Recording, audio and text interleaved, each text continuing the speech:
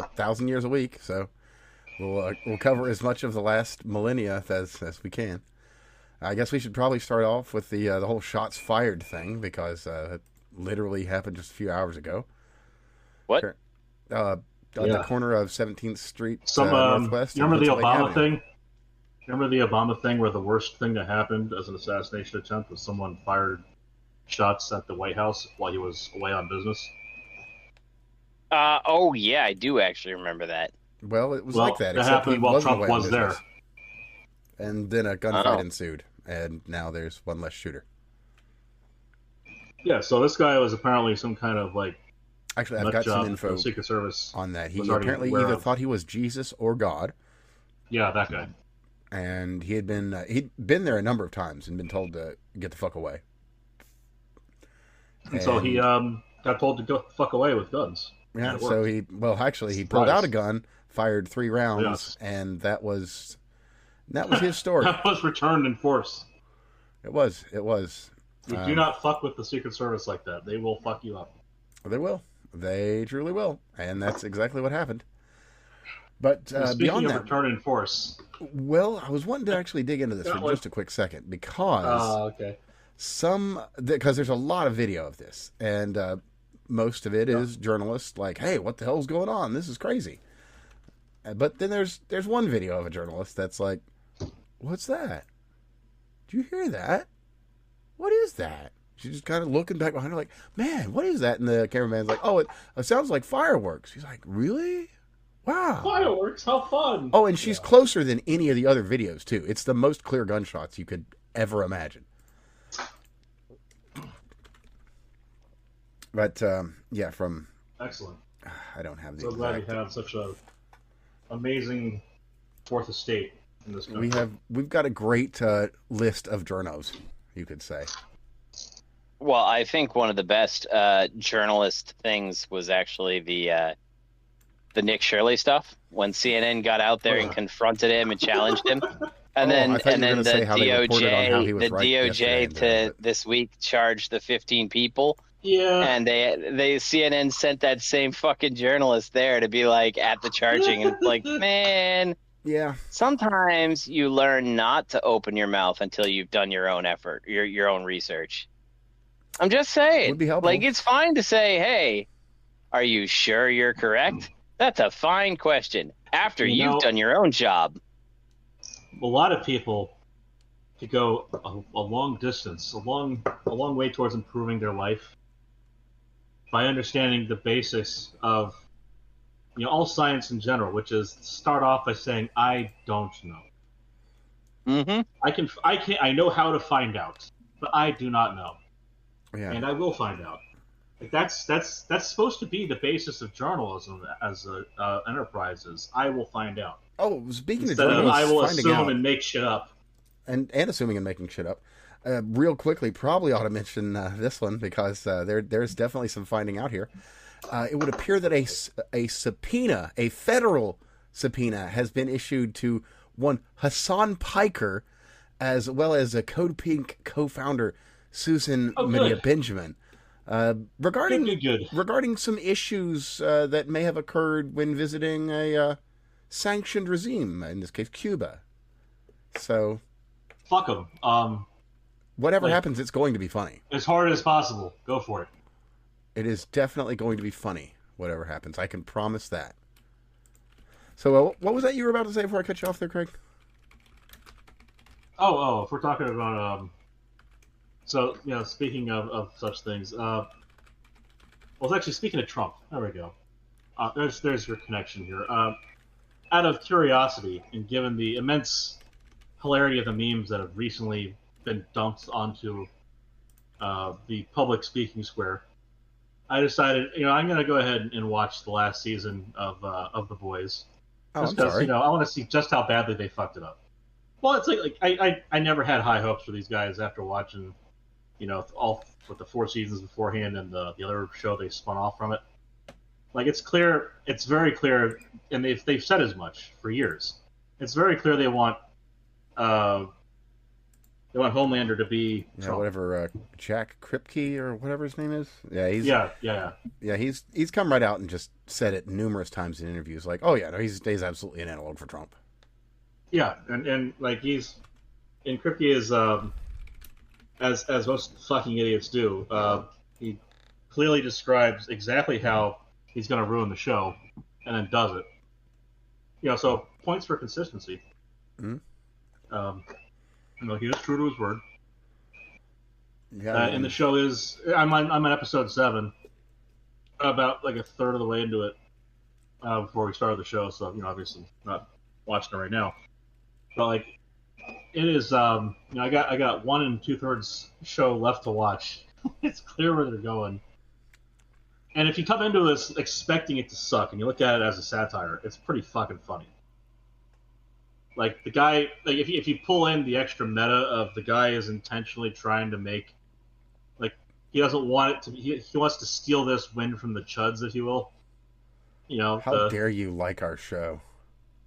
Exactly. And then like the whole point, which I haven't watched the ending of it yet, obviously, but like the whole point where, the part where he talks about, the emasculating a strong person to because that's when you take their power away, they're really just a scared little kid, and that's a weak person's view of a strong man. It is that. So I'm just enjoying I'm enjoying the slow motion train wreck. At a certain point, like there's nothing I can do to fix it, and I don't particularly feel the need to fix it. This is just show business bullshit after all. I have not been able to watch it since season 3. Well, I love season 1 and season 2 are like are probably some of the greatest shows out there. Like there's a couple shows that I haven't finished that I really wish I could or had time for. Better Call Saul, also a great show, fantastic in every single way. Really does a good exploration of the morally gray archetype, who you want to root for, or not even morally gray. But The Boys is another one that was just like it explored a whole concept that is not conventional in terms of what you do. Hancock did the same thing. Like Hancock was essentially the exact same premise. Is like what are superheroes actually like when they're not. Whatever. They're not doing superhero stuff. When they're not doing superhero stuff, yeah. Like, and like, what happens if they have character flaws? Like real character flaws. And so it's actually like The Boys was a great exploration of that. They did a really good job of exploring what it would be like in our society, what it would actually be like in our society. And then they ruined it. And it was just... And they had what was that person's name? Stormfront on it, but yeah, the Nazi lady. No. They dove so hard into internet culture that I had to actually go look some of this shit up, and I'm like, I'm more online than I should be, and I had to look up the references that they were getting to, and like. Stormfront one was one of those. I think that was a website, right? Like Stormfront was an actual. Yeah. Or Stormer, or whatever it was called. I can't remember what it was called. The Daily Stormer, and Stormfront. Yeah, both were things. Yeah, these were white nationalist websites. They existed. And like the thing is that they're angling in some ways. Websites. Hilariously enough, they wanted a Jew to play her, so whatever. Yeah, it's like. Like that's what I'm waiting for is for them to go full. That's what I'm kind of waiting for is a full circle, where they bring in like the Free Palestine shit. Like that would just be. Oh, they've got a spin-off show. It's like Vought Nation or fucking. I'm sure they've got some title. Pull into that. But, it's such a shame. It's such a shame. Like I mean, we can turn around and talk about all the bullshit woke stuff that's going on, right? Like. The Odyssey, the Odysseys is I don't understand how anybody greenlit that Odyssey. Project in its current state. Like because the name of it. What they did is writing on the wall shit. It's not like they're the first ones to do it. It's not like they're the second ones to do it. They're like the 30th ones to do it. like there are entire Disney has backed off that shit, and somehow the Odyssey came out and is like, oh yeah, let's fucking do woke shit. Well, you've heard why and why one of the biggest reasons for this is, right? It's the translation they used. Well, that's a separate problem. Like that's it, when you get into like the translation, that has nothing to do with sitting there and casting a black woman as Helen of Troy. That has nothing to do with sitting there and bringing a trans man into whatever this is going to be about Greek heroes. Admittedly, hold on. Specifically, no, we got on that topic specifically. Hold on, just 1 second. Well, actually, we should probably just stop for a second because there's some great memes about this. Evan, wait. Hold on. Just the idea is that he's supposed to be the ghost. Which you could kind of see, like, you know, if they kind of corpseified him up a bit, you know, and maybe like CGI'd on Brad Pitt's face, maybe you could pull it off. Because again, the ghost, not supposed to be actually out there fighting, but like the ghost. I understand, but realistically, most Greek and Roman stuff was about the perfection of human form. Their ghosts are still going to be in that style, right? Oh yeah, their ghosts have chiseled jawlines. Yeah, but they also look like corpses. They also are dressed up as corpses. Like they don't come out. Yeah, corpses with chiseled jawlines. I get it. And ripped muscles. Yeah. I'm just saying. Yeah. Like, he could stand in as the mannequin they paint. I'm not saying that it's inherently a lost cause. I'm just they did all the same stuff that half a dozen of the rest. This is not the first film to do this. This is like the umpteenth, and they should have all learned their lesson by now. And somebody greenlit and said, "Hey, you know what? We're gonna be okay with that this time." Yeah, like we can try it again. We'll throw all the good actors at it that we think are in vogue right now. Yeah. That seems to be what it was. Like realistically, it's like, well, it's just worked. The reason this hasn't worked is because we didn't use the right people, and you're like, no, it's never gonna work. But I don't know. Like we need to strand them on Mars, and that'll get them to do it right.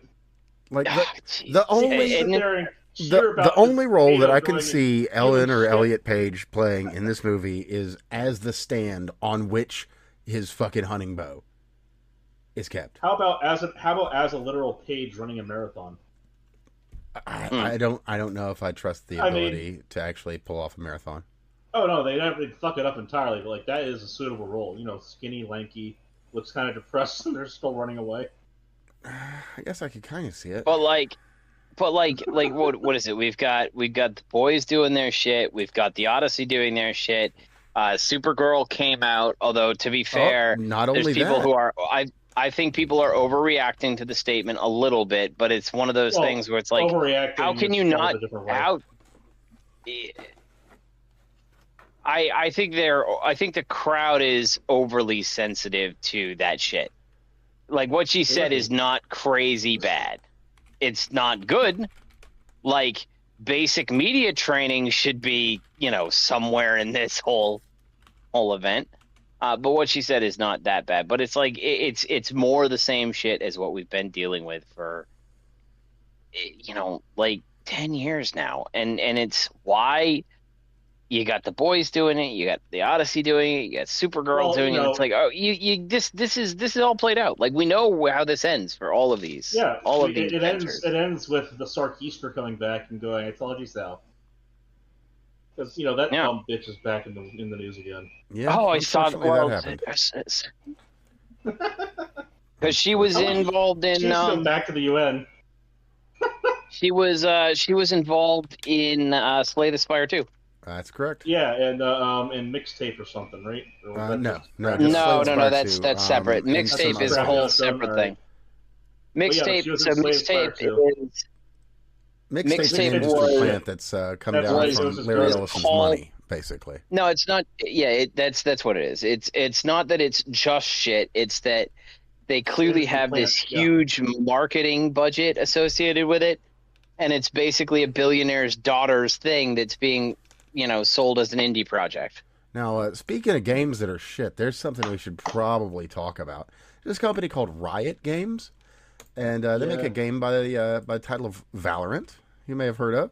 It's one of those hero shooter things. And not Valorant, Vanguard. That's right. And they recently released an update to it. An update to their security, as a matter of fact. Which, yes. It's resulted in some machines turning into potatoes or bricks, if you prefer. Yeah. Well, now they can be the machines can be salvaged, basically with a complete format and reinstall of the operating system. And that's to be fair, it's not just any machine. It's like intentional cheating machines. Well, it's machines that are similar it's the ones that to it's beyond that. It's not just those machines. It's the ones they decide are those machines. Yes, that is correct. That's the difference. If it was 100% accurate, then it would just be those machines. But it is not. That is correct. So it's made things a little complicated. As a matter of fact, there's at least one game that it is bricking that game. I'm trying to find the specific update here. I think it was that new the new Valve game, actually. That it's Valve produced a game. I know. Actually, yes. But what did they produce? It's another hero shooter. Also that. Yeah, I know, right? No, seriously, what did they produce? It's called the Steam Summer Sale. It's a great game. Yeah, but I don't think that's out yet, though. No, that's true. It's coming next month. But anyway, please, Steve, no, my wallet. Yeah, watch out. But in all honesty, I am looking forward to Mugenics. I'm going to pick that up. But it's Deadlock is the name of the thing. It's 6-on-6 multiplayer. That is a game name that has been used multiple times because way back in the day, I used to play with a buddy of mine in a game online called Deadlock 2, and it was like the shittiest graphics you can imagine. Imagine like a StarCraft that came out before StarCraft. It was dude, fucking god awful, but like it was also very fun. That was Deadlock 2. And now I hear they're coming back to the name again. I'm guessing it's definitely not the same company. Not that I can remember which one it was. Nope, it's Valve. There you go. But that wasn't Valve back in the day. No, I'm sure that was somebody else. But anyway, yeah, they've. I just want to play Portal 3. Right. Well, you've got a lot of years left in you. All right, come on now. When's the next Half-Life coming out? Well, if we're to believe the rumors, they're actually working on it again. So, are they? If we're to believe the rumors, the heat death of the universe is a long time away. Yeah, and so is 2030. So we'll just have to see. Just have to see. We're talking about after the 100 trillion years or so before the last red dwarf finally dies out. I'm looking at it like this, as if this is kind of like the that cursed painting that the fucking British dude had to look at every night. So my theory is that it's already come out, but we are less than a Google meters away from the place where it has come out, so we aren't actually in a recurrence where it will come out yet. That's possible. We aren't within that Poincaré recurrence yet, so a little bit of a distance we're going to have to travel, but eventually we'll get there. I guess we'll see. I mean, right now we're just spinning in circles and circles and circles, but we'll get to a straight line somewhere. Broken clocks or something, right? Something like that. Oh, speaking of broken clocks and how we've seen this play itself out in media so many times, I've got a really, really excellent breakdown here from a guy by the name of Chad Crowley on Twitter that really excellently addresses the end of the boys and frames it in some of Mishima's thoughts, Yukio Mishima. And just to put it real quickly as his intro here, the cynicism that regards all hero worship as comical is always shadowed by a sense of physical inferiority. And then, he goes in to really explain. That's funny because The Boys is a comic. That's what's even funnier about all this is there, if you're wondering, like, well, there's no source material to go against here. It's like, no, there absolutely is. There's actually an iconic scene. There's an iconic scene that I can't wait to see how they fuck it up. Where there's an iconic scene where they have all the supers hanging out near the White House. Oh, they're not there. Sorry. Yeah, it's not that. I know it doesn't happen. I already know that. They fucked that up already. Yeah, and then they fucked up the character that they created too, because the guy acting the character is like, "Hey, this is Homelander." Oh, actually, I should quote, because he was interviewed a number of times and has said that he's had to correct the writer, like, "Hey, you're not writing Trump. You're writing Homelander. Remember?" Even he, who is not a comic fan but who understands the source material, had to come in and say, "Hey, this is not the right guy." No, and a number of folks. And he's not a Trump fan. He's not a Trump fan, mind you. He's not a Trump fan. He just didn't want to, I can understand it too. It must suck to sit there and watch yourself have to act out the part because you signed that contract. Oh yeah, especially after having done the first season, it's like, oh, this is going to be interesting. No, it isn't. Like he's playing a very compelling version. He's playing a very compelling version of Homelander. I'll tell you that. Very good at that. It's just that Oh, he's wasting. He's gonna have to. He's just never gonna. He's never gonna be able to live down the direction that the series was taken out from under his feet. It's tragic. Yeah. Speak about talk about actors that are just wasted on garbage. I mean, that guy, he could. I mean, and very well he might. Good. It's very possible he'll actually get somewhere from this. I hope he does. From what I understand, he's pretty damn good. Yeah. He's clearly doing what they're telling him on set right now, which is unfortunate. Yeah. But he's still doing it in a very. If I was asked about him on the street and I saw him, much like that little shit from Game of Thrones, like he's a delightful young gentleman, by the way, outside of the character. Like, they're compelling actors. Like, I don't associate them with the actor outside the role, largely from lack of exposure, mind you. But I do associate them with the character that they played in the role, because they did a very good job of portraying that character. Oh, yeah, truly. I mean, a good actor should leave you with that impression. Exactly.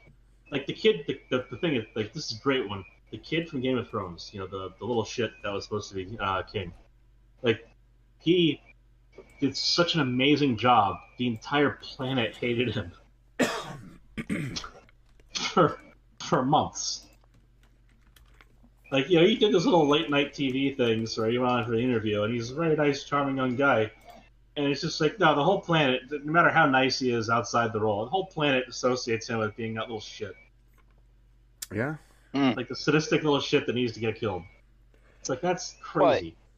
But if you wanna know the worst story was the guys who played the bad guys in Home Alone. Right. I think the tall, lanky one. Oh yeah. Actually, like he was specifically like, he just happens to really like kids. He just invests not in a sick, twisted way, but in a he went into acting and he wanted to produce, good quality children's movies so that kids have something that's, not crap to go for. Right. They have role models to look up to, etc. And then, that because he did Home Alone and because he was so iconic there, kids just walk up to him in the street and kick him and shit. Oh, man. Like, I know Joe Pesci was really straightforward. Like, he had all the mob movies he did beforehand and afterwards.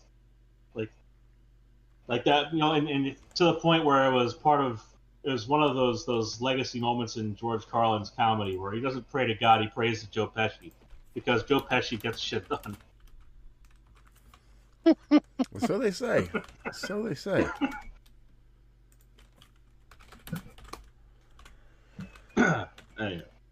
Anyway, beyond that, we've actually got some very good news. Chud the Builder. He's going to be on his way home. Probably. So we should preface this one. I think Chud's an asshole. I think most people think Chud's an asshole.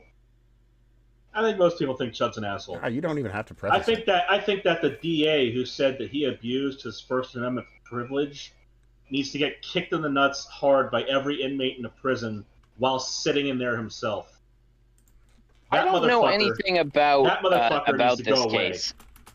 I know nothing about this case. The guy, Chud's a racist asshole. Actually, he got charged. A guy ran at him, but he shot him, and no one died. And he got put in prison on like a $1 million bond. Okay, the fucking judge told him. You're glazing rather a lot over there. So let me get a little bit more hold on. Let me get past this part though. It's just overview. Then overview. The judge told him he's not able to use the GoFundMe money to bail himself out. So someone else is coming in to bail him out. The DA who's prosecuting this said he abused his First Amendment privileges when he was saying racist bullshit at the guy who eventually did attack him. And to be clear, he wasn't saying any racist bullshit at the guy. And now it comes out that this guy may have been looking for him to get into a fight in the first place, which means that the notion that the DA is going to be able to just say he was the aggressor, which means he can't use his firearm, is bullshit. Point being here, the DA who said he abused his First Amendment privileges should not be a DA anymore. No. That is the first fucking thing that should happen after saying that shit out in public. Fired. Absolutely. Yeah, I'll agree with that. That is oath breaking.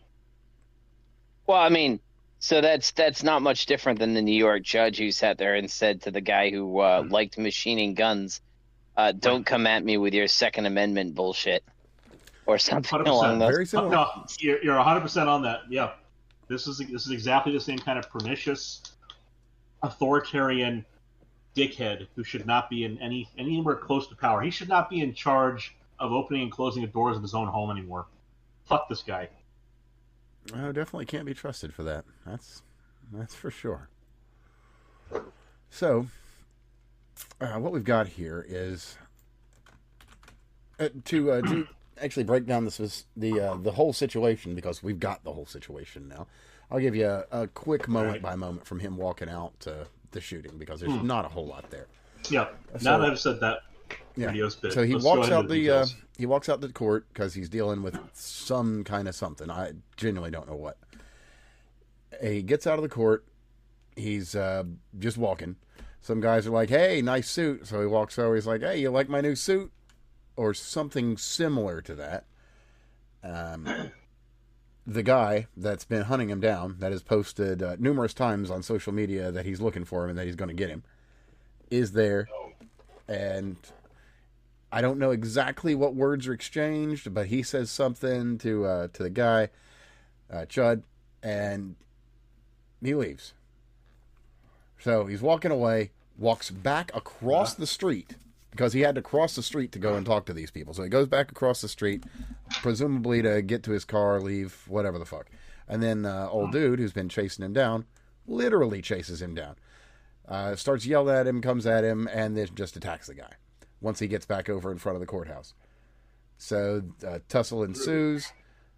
At some point, this isn't verified, but the nearest to fighting words, as it were, is that when they asked him about his suit and told him he needs to get out of there, I think he may have said, "Are you going to chimp out?" And right. That's not even verified. That's a maybe.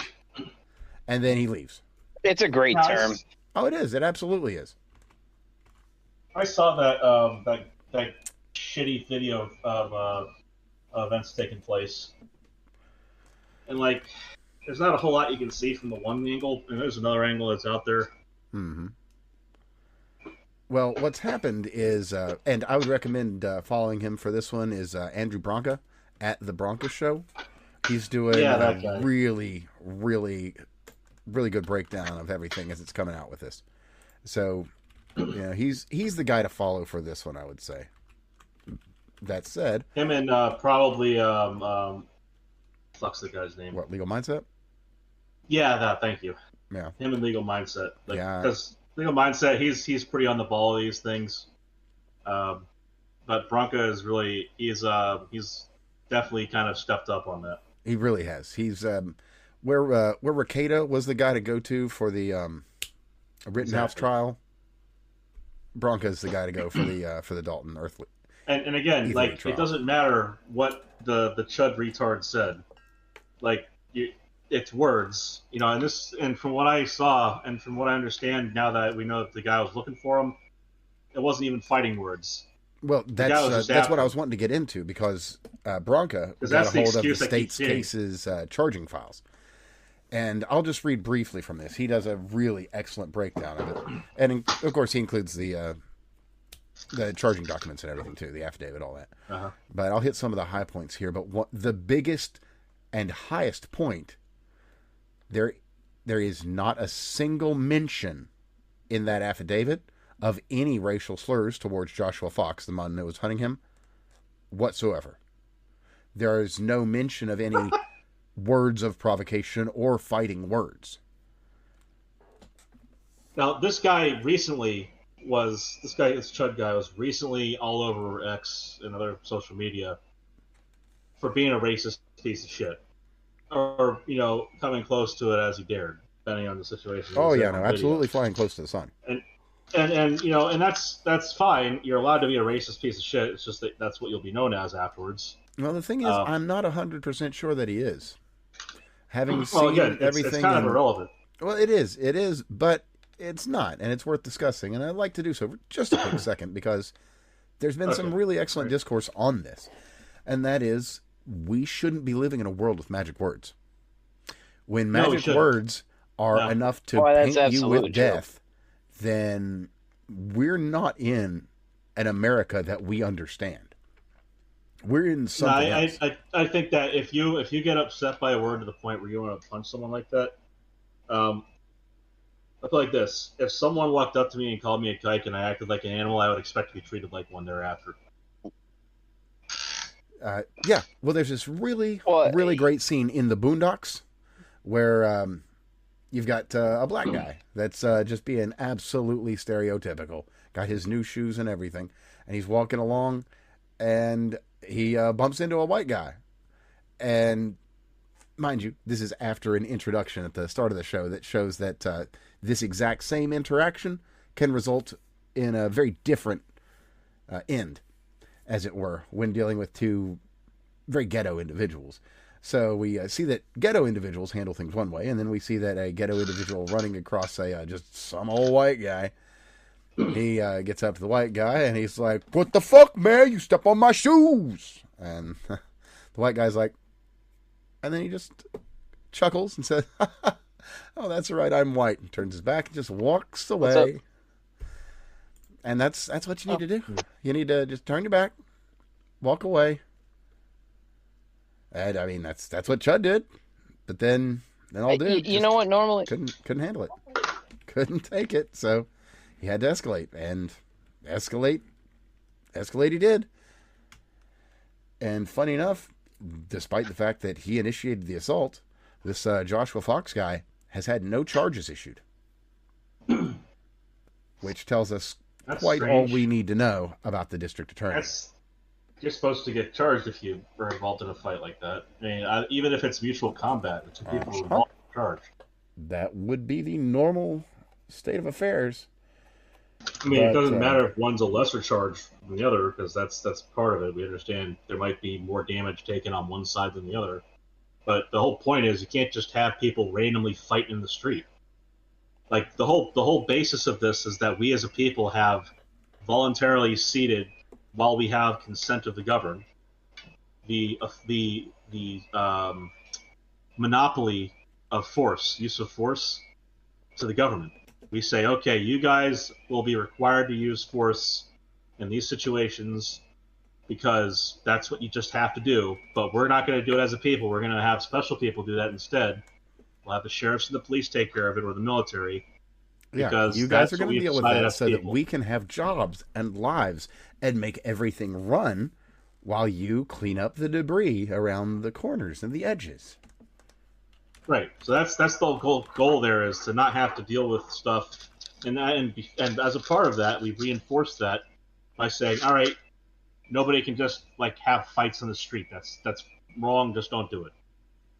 Yeah. You know, if you want to do that, go to a boxing gym or something. Don't go to the middle of the street where, like, we don't want people driving on sidewalks, so we ban that. We don't want people walking in the street, marching around, doing dumb shit, so we ban that. We don't want people fighting in the sidewalks of the street. So we say, okay, take that to a gym or don't do it. Yeah, or, so they did it. There's a couple places where it is okay. And there's mutual combat laws for specifically this. This is not one of those places, to be clear.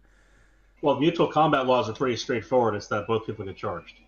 It's just that's not as bad of a charge. Either both do or neither do. And that's not what happened here. That's not what happened at all. But the second point of this, and just as big as the first, is that nowhere in the affidavit is any crime mentioned that Dalton committed.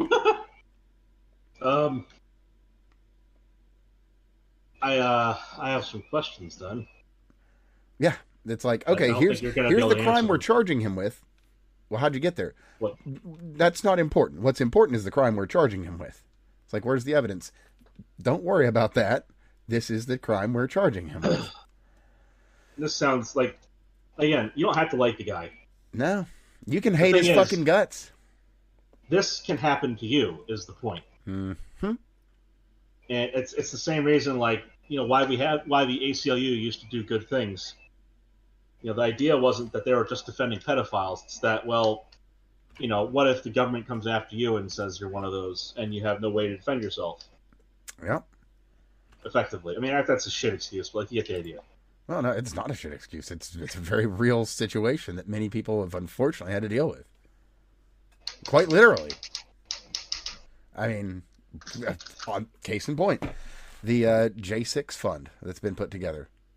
Oh, yeah. We should probably talk about that because there's a lot of people that are really, really upset and some utterly inconsolable at the fact that people whose lives have been literally ruined for walking on the property of a building would be recompensed for their suffering.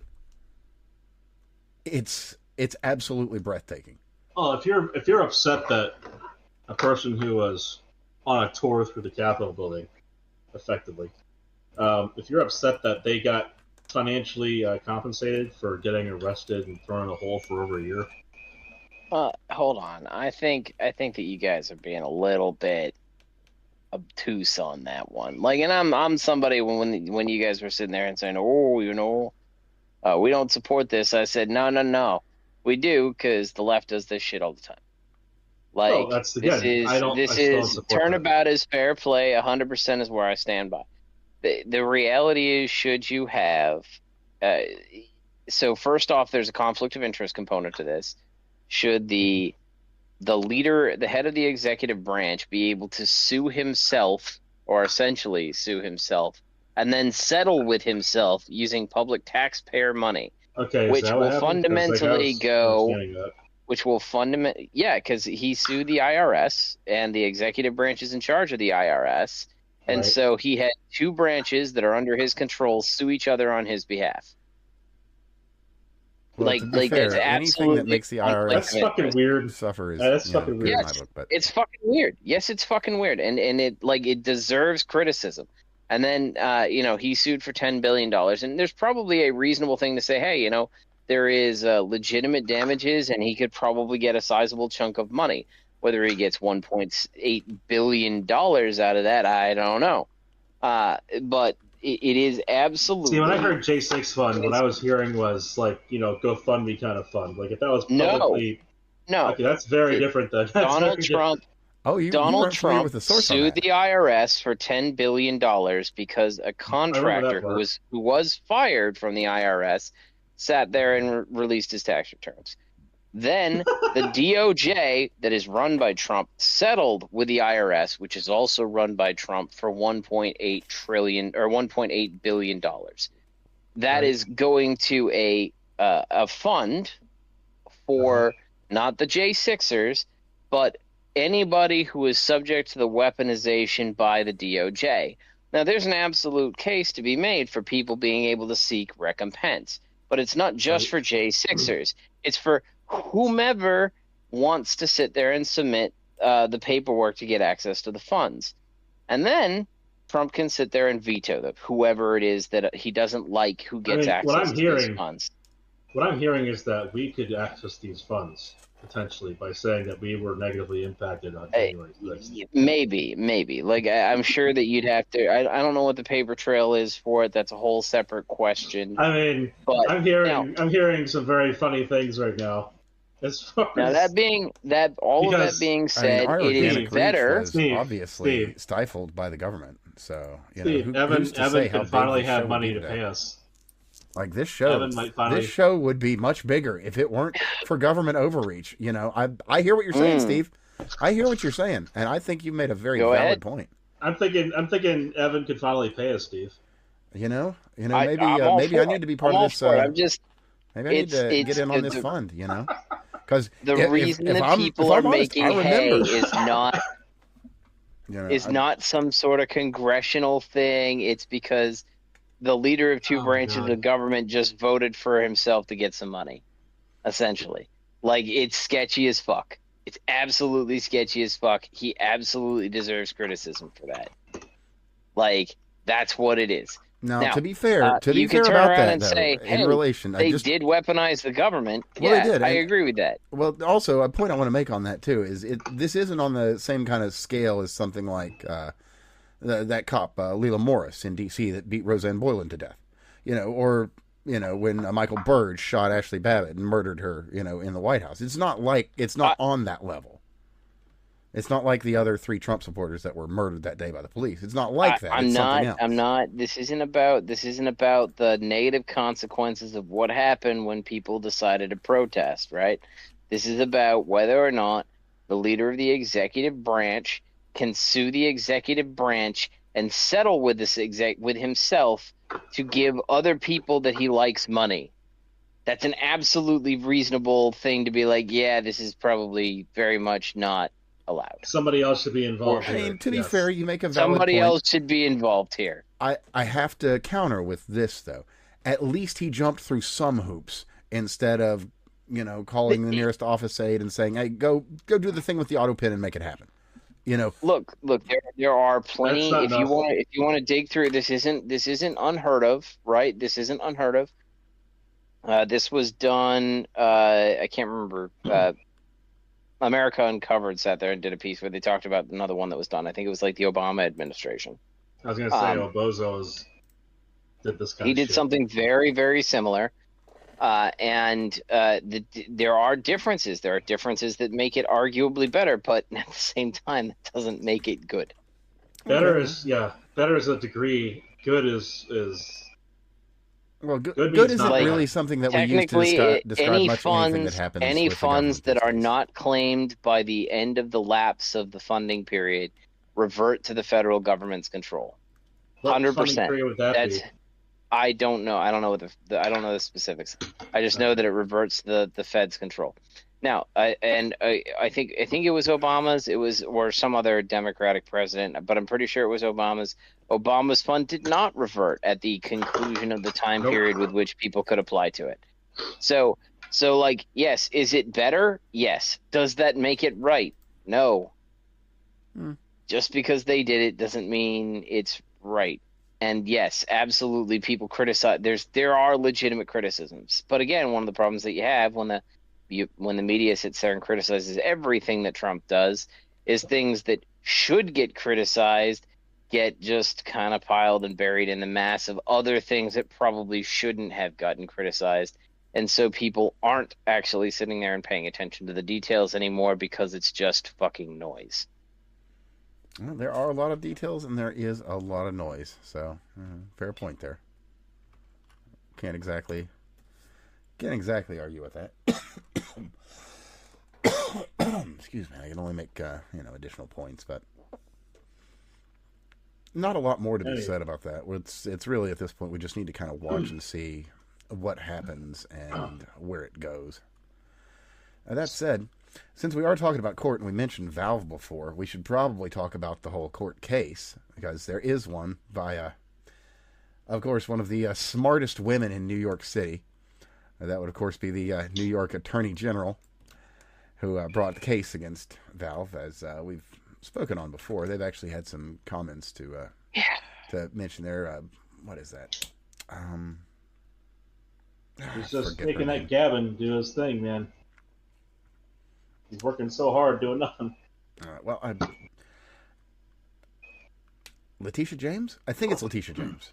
Anyway, Valve has asked the court to just throw out the thing, throw the whole suit out because, and it's a really good argument, citing Pokemon cards, Happy Meals, and Labubus. Which, yeah, that's fair because basically, just a refresher here, they're being sued for the mystery boxes that you can buy in Counter-Strike 2 and CS:GO, where you can get like knife skins or weapon skins, or I don't know if you can get dances or anything, but you can get various cosmetic items. And yeah, I know it is Letitia James. I know it for a fact. Anyway, Letitia James, she brought a case on this out of NYC and stating that basically this is gambling. And, well, if these blind boxes, then, well, the gist of their argument here is that if these blind box items where you pay money for a thing and get a thing are not gambling, then when you pay for a thing and get a thing in Counter-Strike Go, how is that gambling? If you're buying a Labubu that's in a black box that's got a bag on it that you're not going to know what's inside it, but you're going to get something, you don't consider that gambling, and that's literally what you're getting with any of these boxes. You're not getting nothing. You don't open it and it's like, oh, sorry, try again. You always get something, which is how so many of these companies have been able to skirt this for forever because it's, by every technical definition, I gotta tell you, watching Caleb Hammer deal with adult babies who do things like spend all their money on a fucking Labubu, yeah, has been pretty goddamn funny. It is. It's something. It's, I told you on top of that too, it's been fun to watch Caleb Hammer just kind of every day wipe a couple extra sleepers out of his eyes and open them up a little wider. So he's my my kind of more liberal friend's guilty pleasure. It's really funny to talk about this stuff. Caleb is just he is a unifying force, demonstrating to everyone why it's okay to mock these people. Absolutely. Well, to be fair, especially because they agree. What makes him successful is that he technically is an equal opportunity poker. It just so happens that the opportunities are not equally distributed. Well, so his thing is he brings people on, they go through their stuff, but then he has a program to help people. These are not random street people. They are also willing participants who understand fully well what they're getting into.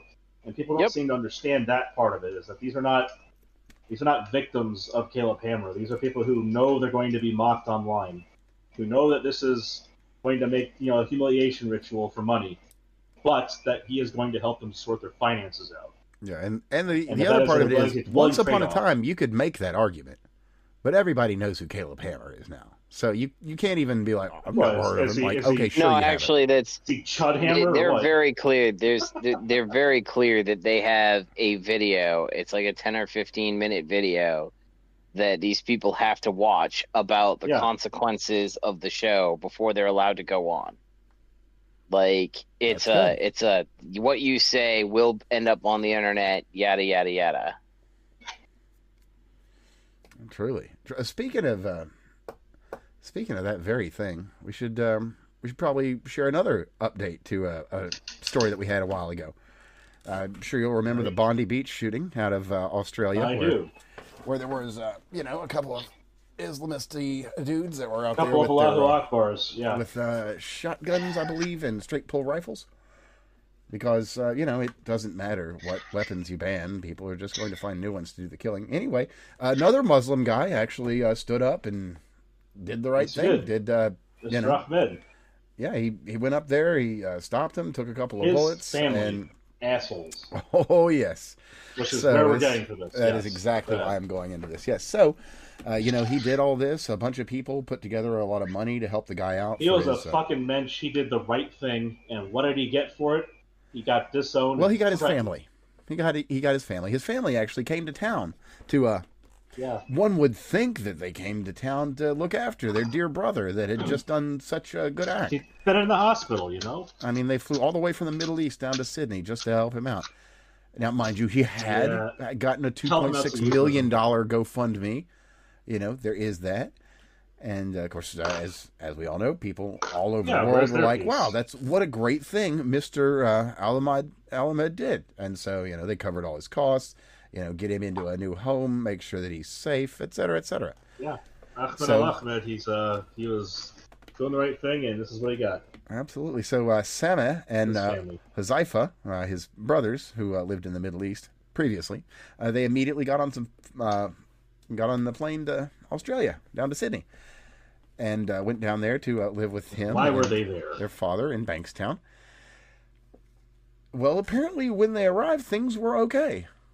And they don't have a specific timeline, mind you. But they do state that quickly things broke down. Because, as stated, they demanded a cut of the pie. They wanted part of the money. And they were also trying to get him to leave the family home and go to somewhere else. Obviously, they're going to get him alone with them and just drain the guy. But the allegations here are that on May the 7th, he phoned his brother and said, and I quote, "If you're a man, you would come here. I will put your head under my boot, break your other arm, and smash your face. We will only leave if you give us $100,000 each." Following up with, and I quote, "This situation is going to get worse for you. If you want peace of mind and to be safe, you will give us $100,000 each."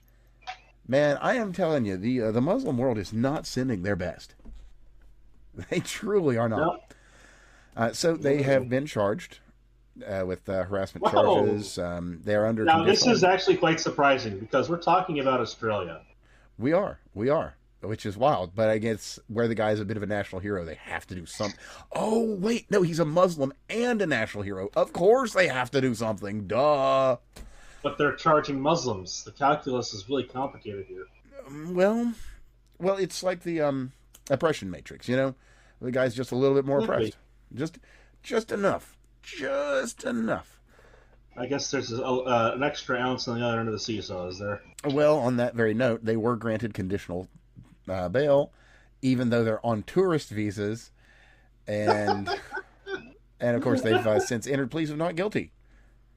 And Mr. Burke, Mr. Tony Burke, the head of immigration of Australia, he hadn't really had anything to say about whether their visas would be canceled or not. Of course he did. You know, priorities and such. So yeah, there's your Australia update. It's they are living in a land down under.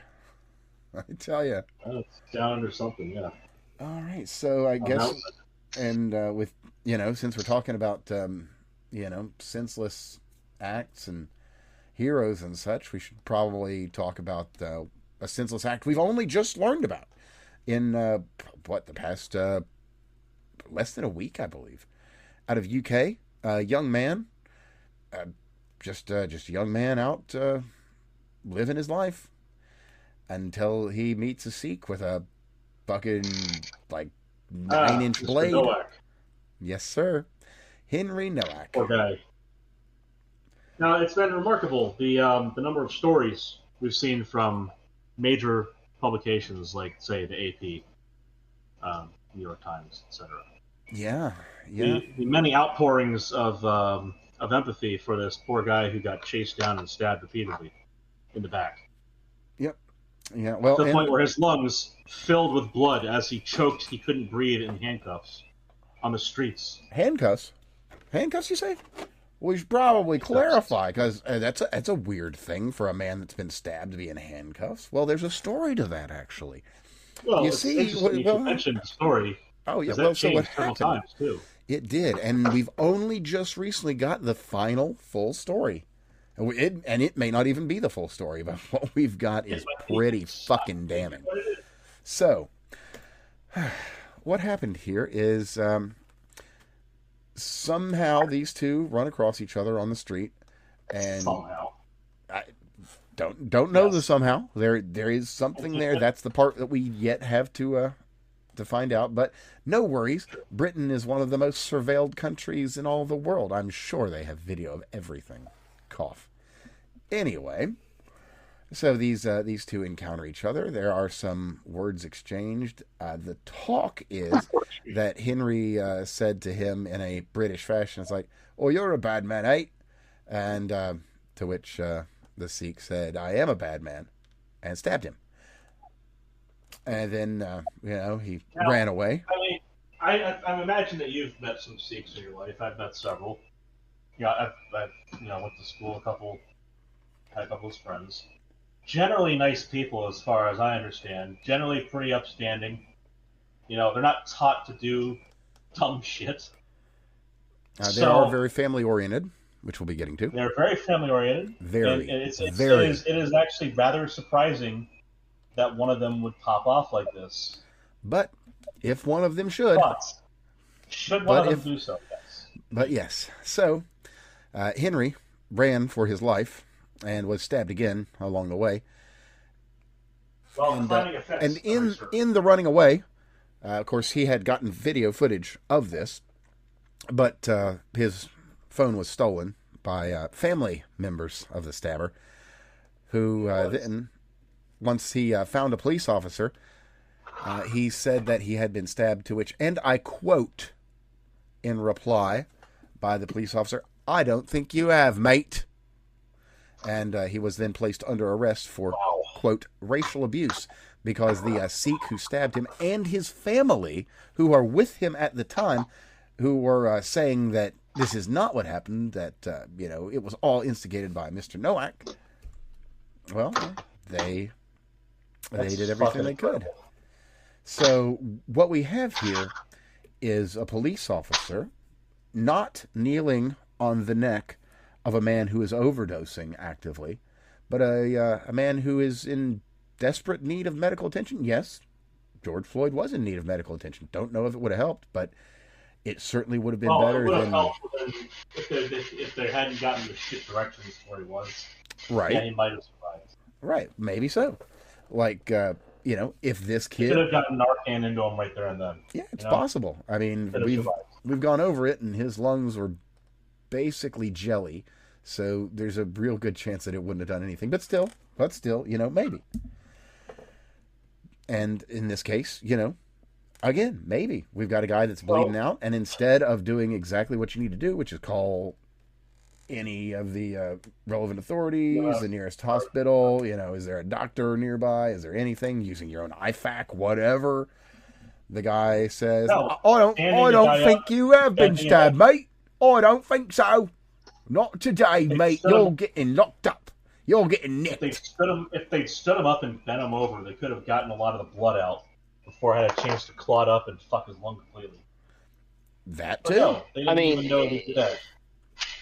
Again, so we're talking about the UK. All of this is largely irrelevant, right?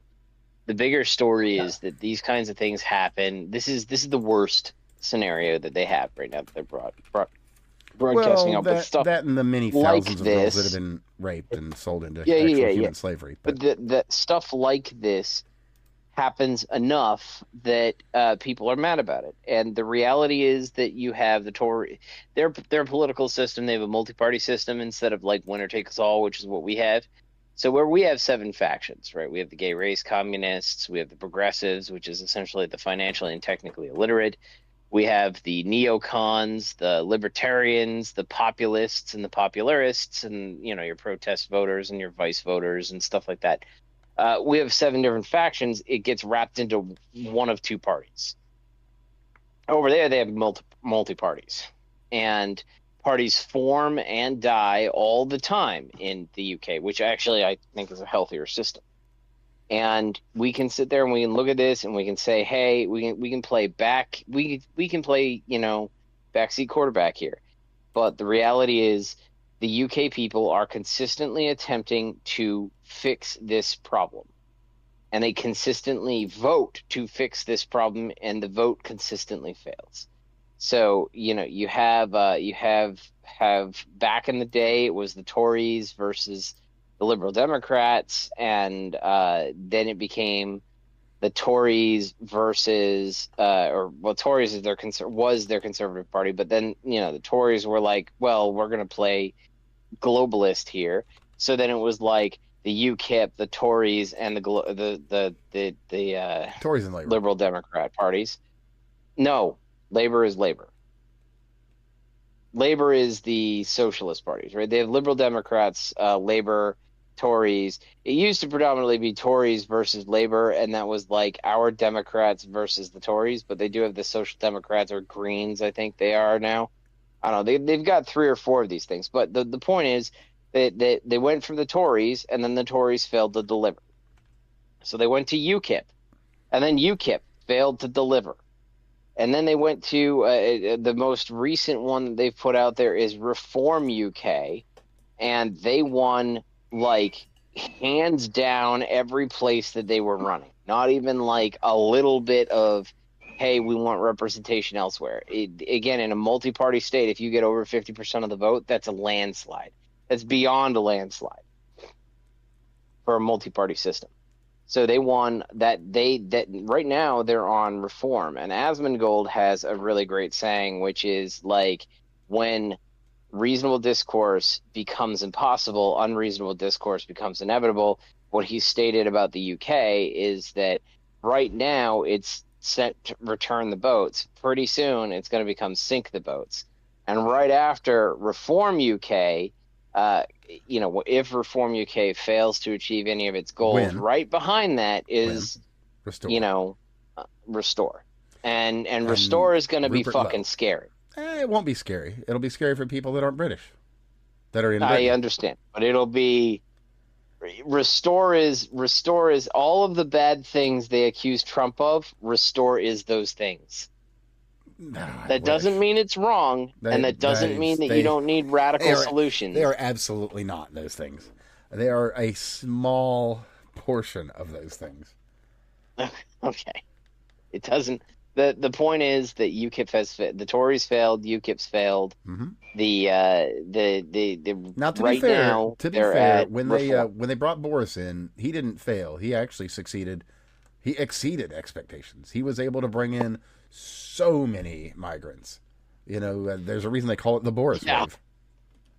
Yeah, that's he succeeded in truly changing the demographics. We can sit here and we can talk about this story, and it's a really sad story. It's a really sad story. It's the same, like the closest we have as a proximity for our 5 whys and our problems here. The closest story we have is the Minnesota fraud cases. A whole bunch of people were so afraid of being called racist that they didn't do their fucking job.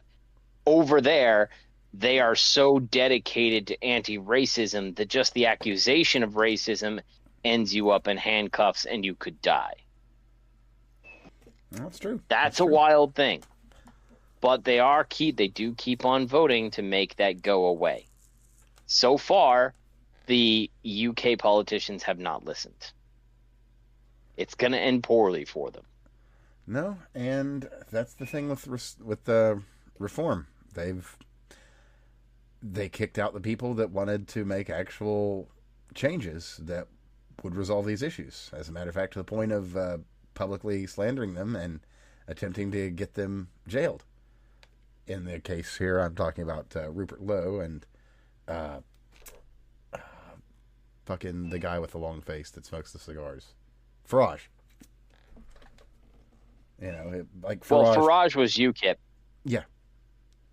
Right, and UKIP. And Farage has the same fundamental problem that he's afraid of being called racist.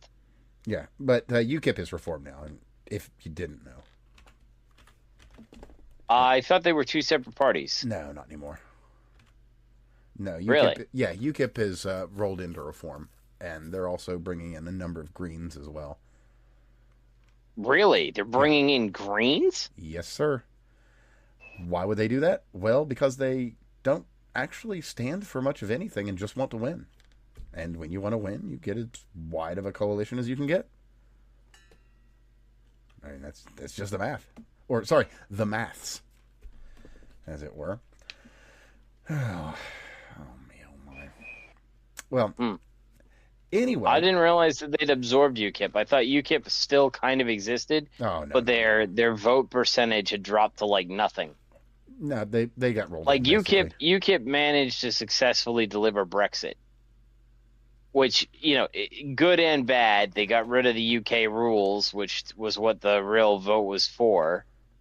But then they did none of the rest of the stuff they really wanted UKIP for. Yeah, basically. They made everything worse, kind of. Or at the very least, didn't do anything to make it better. And that's horrible. But it is what it is. That's where we are. So, speaking of is what it is, we should probably... Carl is very disappointed in you guys right now. You haven't even mentioned that you could have gotten President Trump to mention Gamergate. Hey, it could still happen. You're so far away from your mic, I have no idea what you're saying, you little shit. Oh, he was bringing up the classic. That, but sometimes... He's being chintzy. He's being Jewy with his decibels over there. There you go. Sir, you got to pay me more. Speech is free, bro. Speech is free. Speech is free. Speech is free, but my proximity isn't. Yeah. Get your dick out of your hand and talk into your mic. Well, anyway. Now, listen, sir. My dick was on my foot, not my hand. All right, so continue. That's whatever makes you, whatever gets you jollies, my man. Just got to give him a moment to pause and process that one. Let's continue. Well, actually, I've got some great news. You know what? We already brought up the appropriate characteristic word for that kind of behavior. Stop chimping the fuck out. Actually, on that note, I should probably mention there's some great news regarding the thing with the ball and the foot. Oh yeah, soccer, FIFA, the World Cup and whatever. It's doing that thing this year. That thing the French named, right? Yeah. So anyway, they're doing that down in Mexico here in the next one of the first games or whatever in the near future. Apparently, they've got many months of work to do. And some cartels to deal with, but whatever. And they're trying to catch up, but there's some cool news, some really great news. Apparently, as you'll know, during the other game with the balls and the feet, not the French one, the American one, football. The real one. Yeah. So at the NFL halftime show, the last one, they had a singer there that was some have said a little divisive, and also singing music that was utterly inappropriate for families. And the retard, the Puerto Rican retard. Yeah, so the Puerto Rican guy was singing about like fucking chicks on the beach or some shit like that, and running around in cornfields.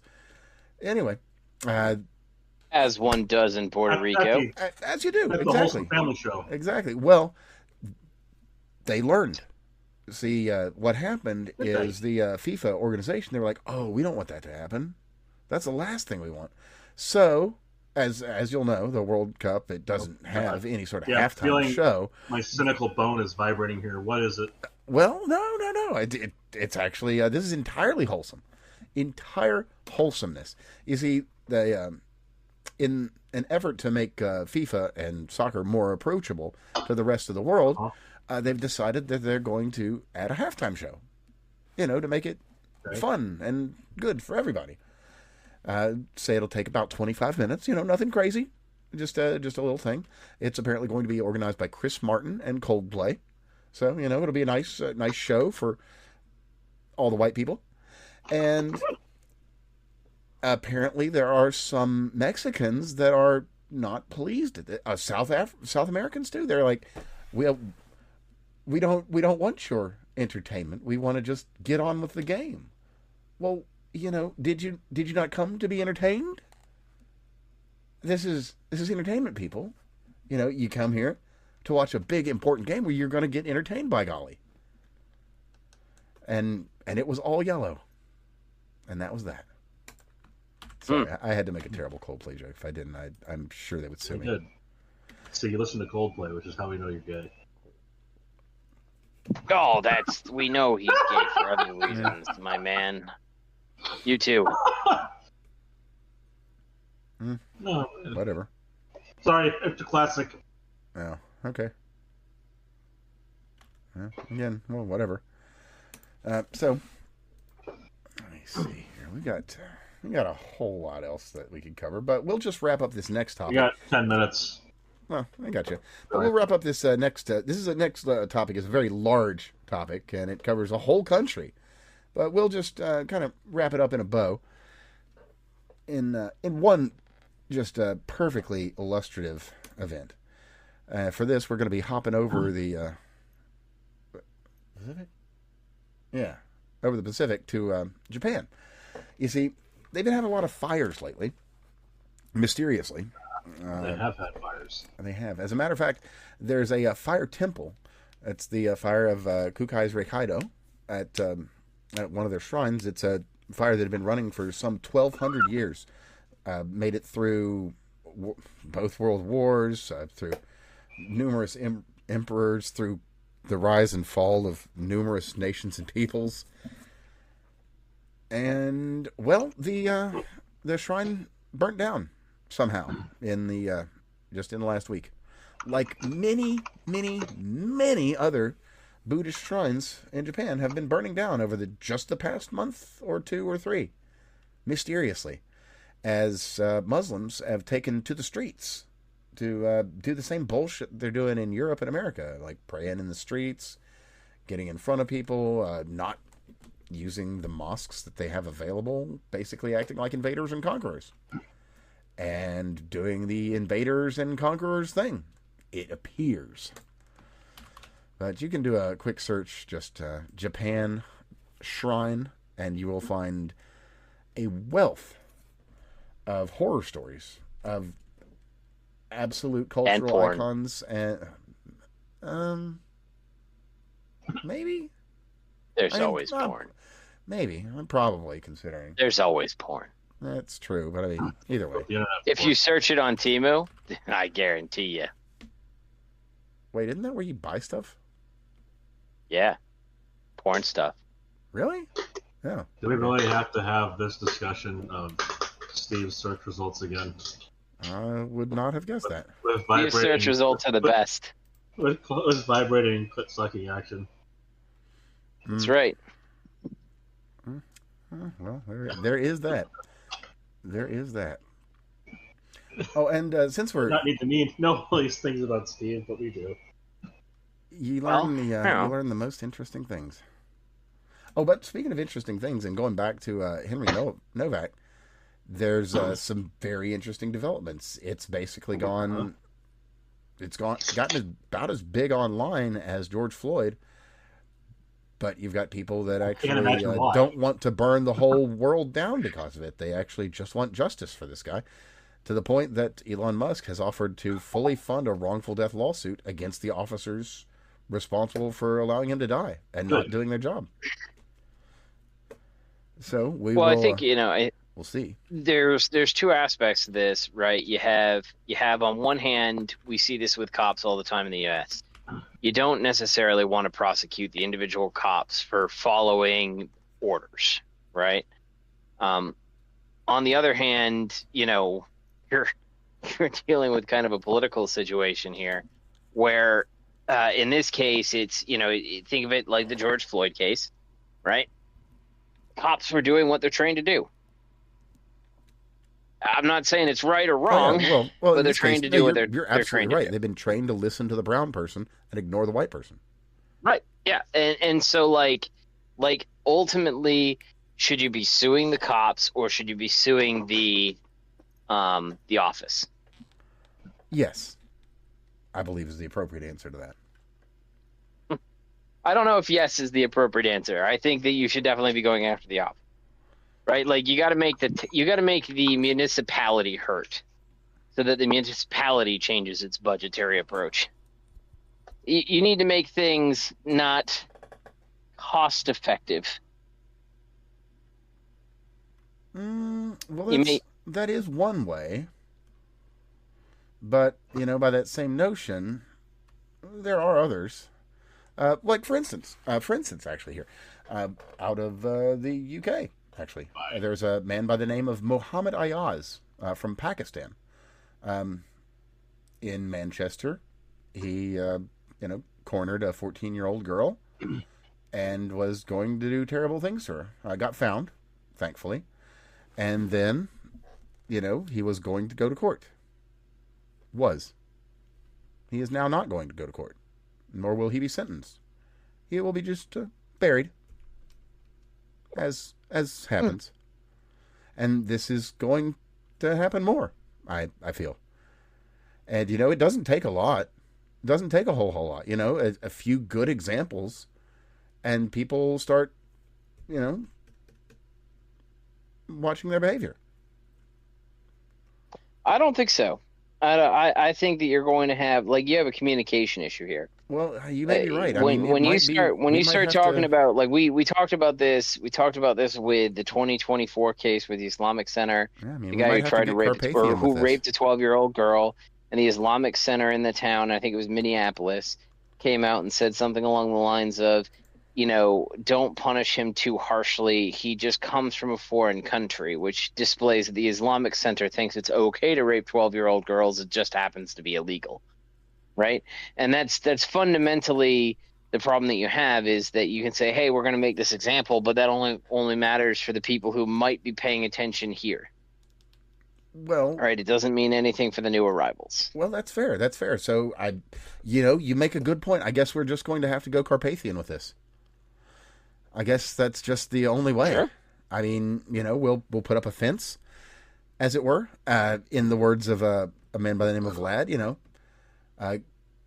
Good fences make good neighbors. Bad neighbors make good fences. Yes, indeed. They do. But before we get Craig out of here, because I know you're probably going to want to sign out, I do want to throw out a really great little piece of news, and it ties in with what we've talked about a number of times: longevity, escape velocity. In this case, not for us. Sorry, or me, I guess. But I'm a cartoon cat, so it's not the same.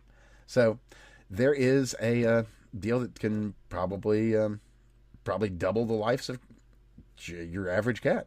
There's what is this here? It's a protein called apoptosis inhibitor of macrophage that was discovered by Dr. Toru Miyazaki in Japan. That basically it just cleans up a lot of a cat's systems, and that sounds like it does the opposite. Well, let's see here. While cats naturally produce AIM, they lack the ability to activate it effectively. Deficiency leads to the general buildup of waste in the kidneys, leading a cause. There we go. Oh, so kidney failure being the leading cause. It's the successful activation that's the issue. Okay, and so if you just inhibited apoptosis, that's inhibiting the ability to tell cells to kill themselves. And if you have, that's one of the issues, and you're talking about macrophages, which is the immune system. Mm-hmm. So if you tell immune cells to remain senescent and not recycle themselves effectively, senescent immune cells are not very effective, and it typically causes worsening of disease. Your body needs to be able to tell the immune cells to die so that it can create new ones to take their place, because the population of them is kept in check by a feedback mechanism involving contact with cells. So, the more of them there are, the more contact there is, the fewer of them there are made. And if they hang out and just linger and they're not as effective, then disease becomes worse, especially specifically infectious disease. Mm-hmm. Mm. Well, the long and short of this here, they're expecting it to go into trials. Well, actually, it'll probably go out into trials this year, but they're wanting it to have wide availability by 2027. But the long and the short of this is it just works. It can work in cats that have advanced kidney disease or have none. It can just work as a complete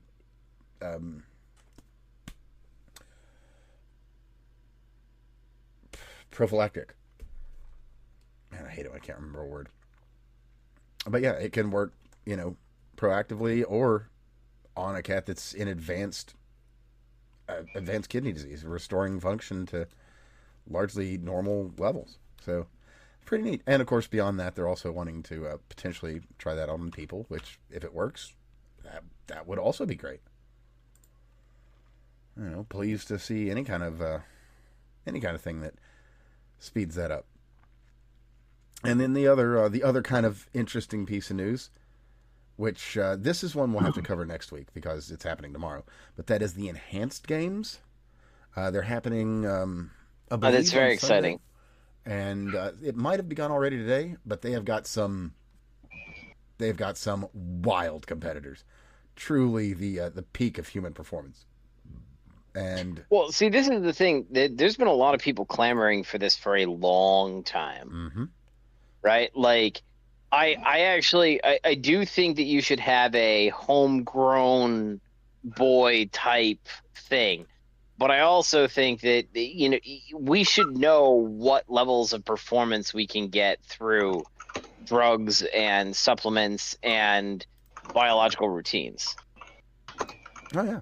Oh, another interesting And it's point very exciting that they finally put out the enhanced games. So it's being hosted. I'm not going to watch them because I don't watch sports, but I support it fully. Oh, yeah. I'll probably try and find some of the highlights, but everything on it's just generally interesting. But Brian Johnson is actually hosting, which that's just cool.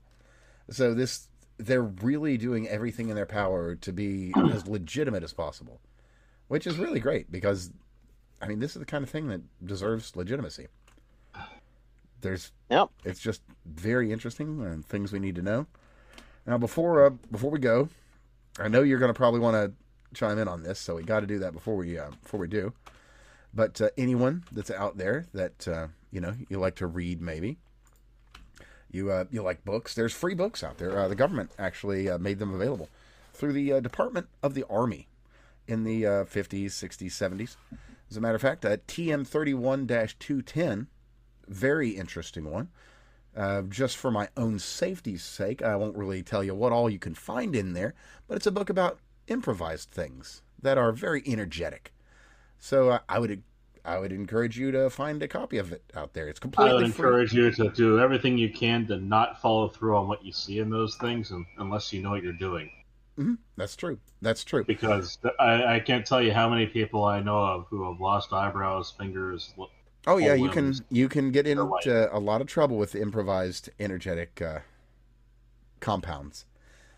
You definitely can. Like start now you small if you're gonna start, and don't do stupid.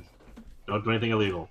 Now, let's say, for instance, you do want to do this, and you want to follow through, and you want to be safe, so you look up some videos online to have maybe something to go against somebody that's done this before, a veteran, perhaps, let's say, maybe even a YouTuber that wants to share this information with you freely, not charging anything, just putting it out there because the government already did. And, if you're going to do this, might as well do it safely.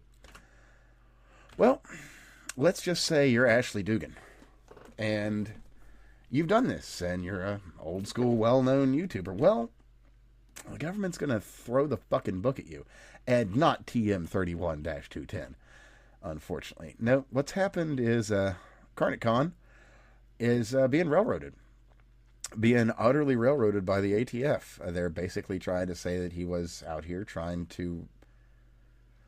they're mincing their words, but the effects of the charges are that he was selling explosives information to foreign terrorists. And that's just not the case. Now, did some terrorist get access to his data? Yep, but that data was already out there. It's been out there for a long time, and it's easy to find. So, what now? Well, now the government is throwing the book at the guy.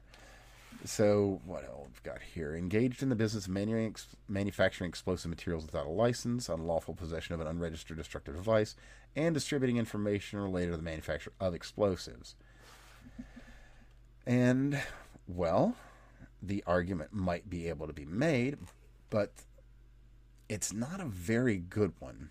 Nonetheless, they're still going after this guy as hard as they're going after Adamiak. They're just trying to bury the guy. But the thing is, what he's largely what he has done is to the same effect of showing how you make tannerite. Because tannerite is manufactured in any number of YouTube videos. You've got this jar of one, a jar of another. You pour them together, mix her up. Tannerite's fucking easy. It is easy, but that changes nothing. That is the fundamental redneck explosive. It is. And you can make that on any farm in the country. You absolutely can, and any number of these others are surprisingly easy to make. I will not go into the details. A lot of stuff, but it's not that hard. A lot of it's not that hard. Oh, wait, are they trying to say that tannerite, like saying how to make it, is illegal? I'm pretty sure that they did catch him on some tannerite charges in there as well, yes. Not 100% on that, but I do believe that they've bundled some of those in too. This whole thing is so fucking chintzy. How fucking stupid are people? And fucking dumb. Like if gun tubers can figure it out by reading the fucking packaging out loud. Yep. Like, this is so stupid. Like, it's on the fucking package. You can buy it in a sports shop. You can. And it is...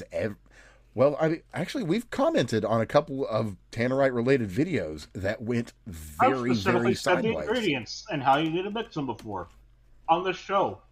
Mm-hmm. So... I'll do it again, goddammit. So what I'm going to do is I'm going to make sure and include a link to this because, unfortunately... I got you. But I'll include a link to the Give, Send, Go for Dugan Ashley because it would be one thing if it were just this, but the VA has cut him off.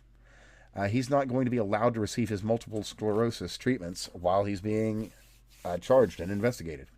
So his family needs to be able to get the guy medicine to fucking live. So if you'd like to help, the link will be there.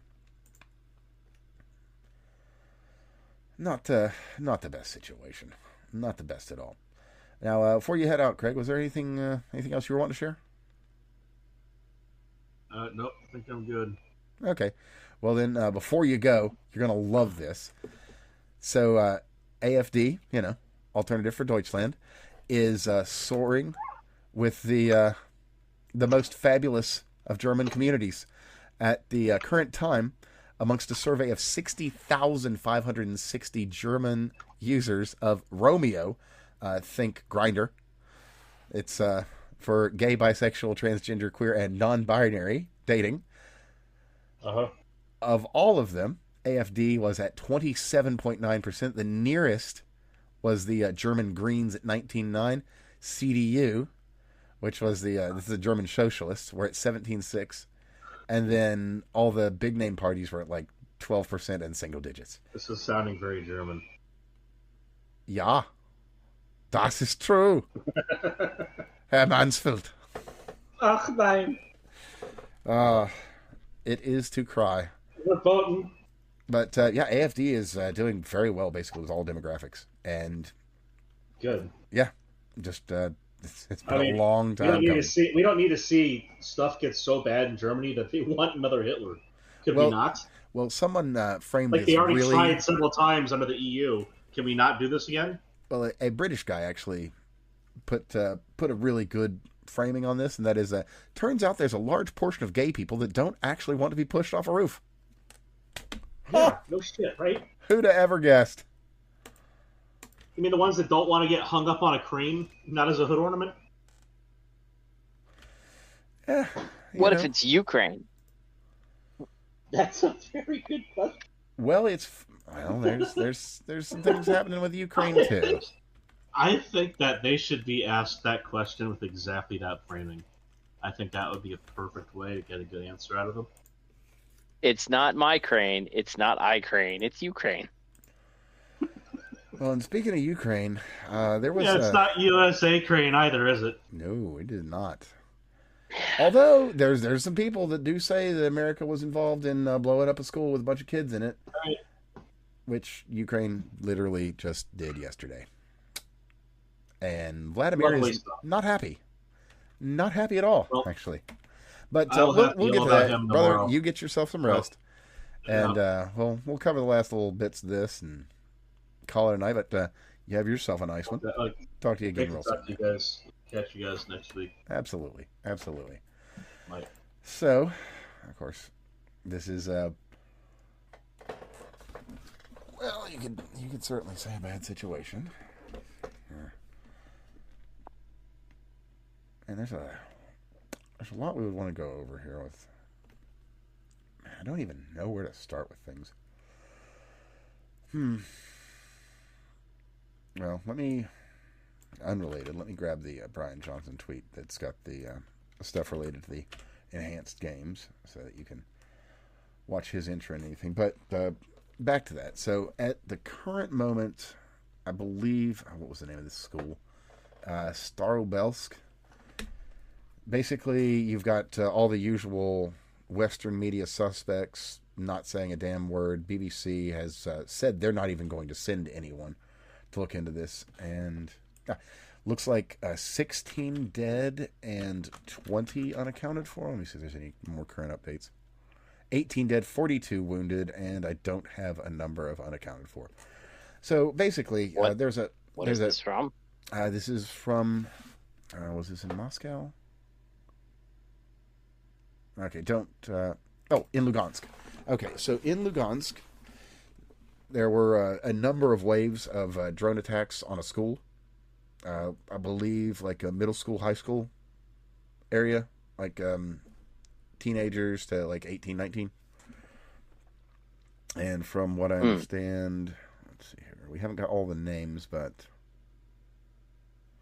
yeah, so as said, as of what time? Oh, early this morning. So as of about 12 hours ago, there were 18 dead and 42 wounded.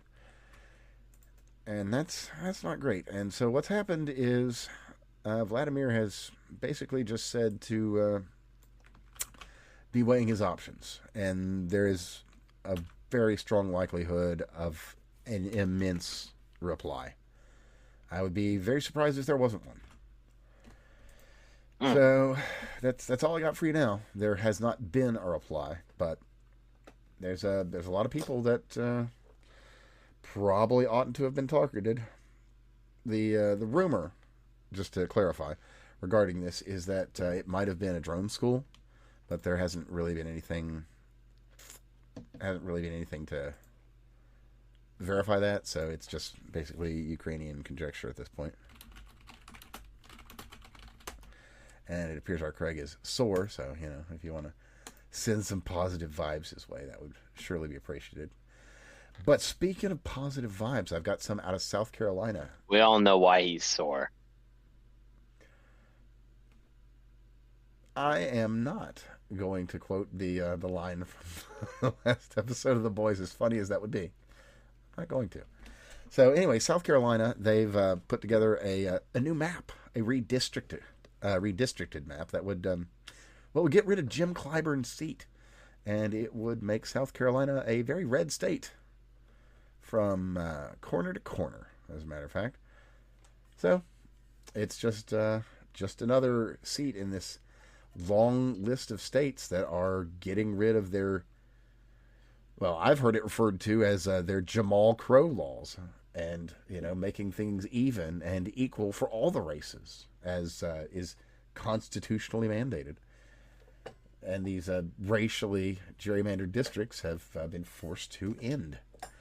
And surprisingly enough, it looks like the places where they do end, they go from these odd spider web spaghetti strands going everywhere into just kind of blocks here and there.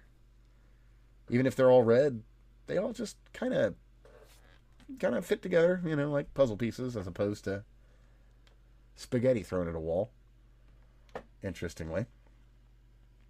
But beyond that, we have, actually, you know what, let me see if there's been any current updates. But as of right now, just honestly, what was this, maybe 2-3 hours before the oh, I do have news. Great. Awesome. Okay, so we have a new working agreement potentially with Iran. As it stands, here's the details. A formal end to the war on all fronts. For now. As it stands. But yes. For now. Again, as it stands. For now, yes. Until a guy by the name of Benji does something to fuck it up again, or something else happens. Who knows? Anyway, here's the terms as it stands currently from what we've got. It is a formal end of the war, including Lebanon. The strait will reopen. Iran will not be charging transit fees. U.S. will not be paying any money to Iran. There will be a removal of some of the Iranian sanctions, at least as far as the oil. There'll be a 60-day cooldown to negotiate the nuclear sanctions and dispersal of like nuclear materials and shit.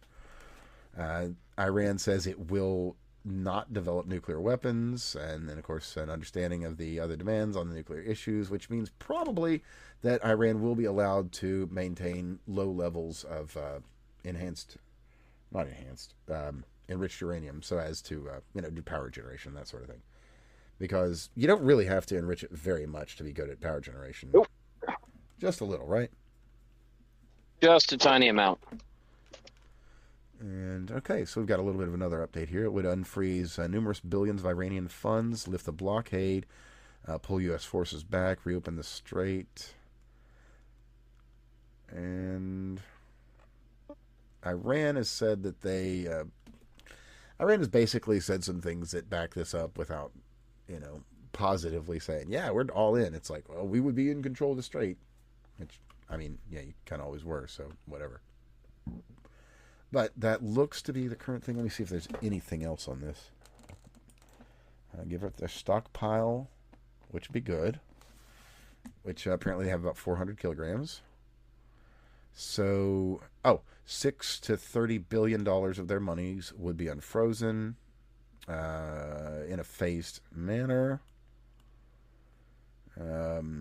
All Lebanon conflict would be ended, which means also Israel, which is probably best. Lebanon being once upon a time a Christian nation. It'd be nice if it were again.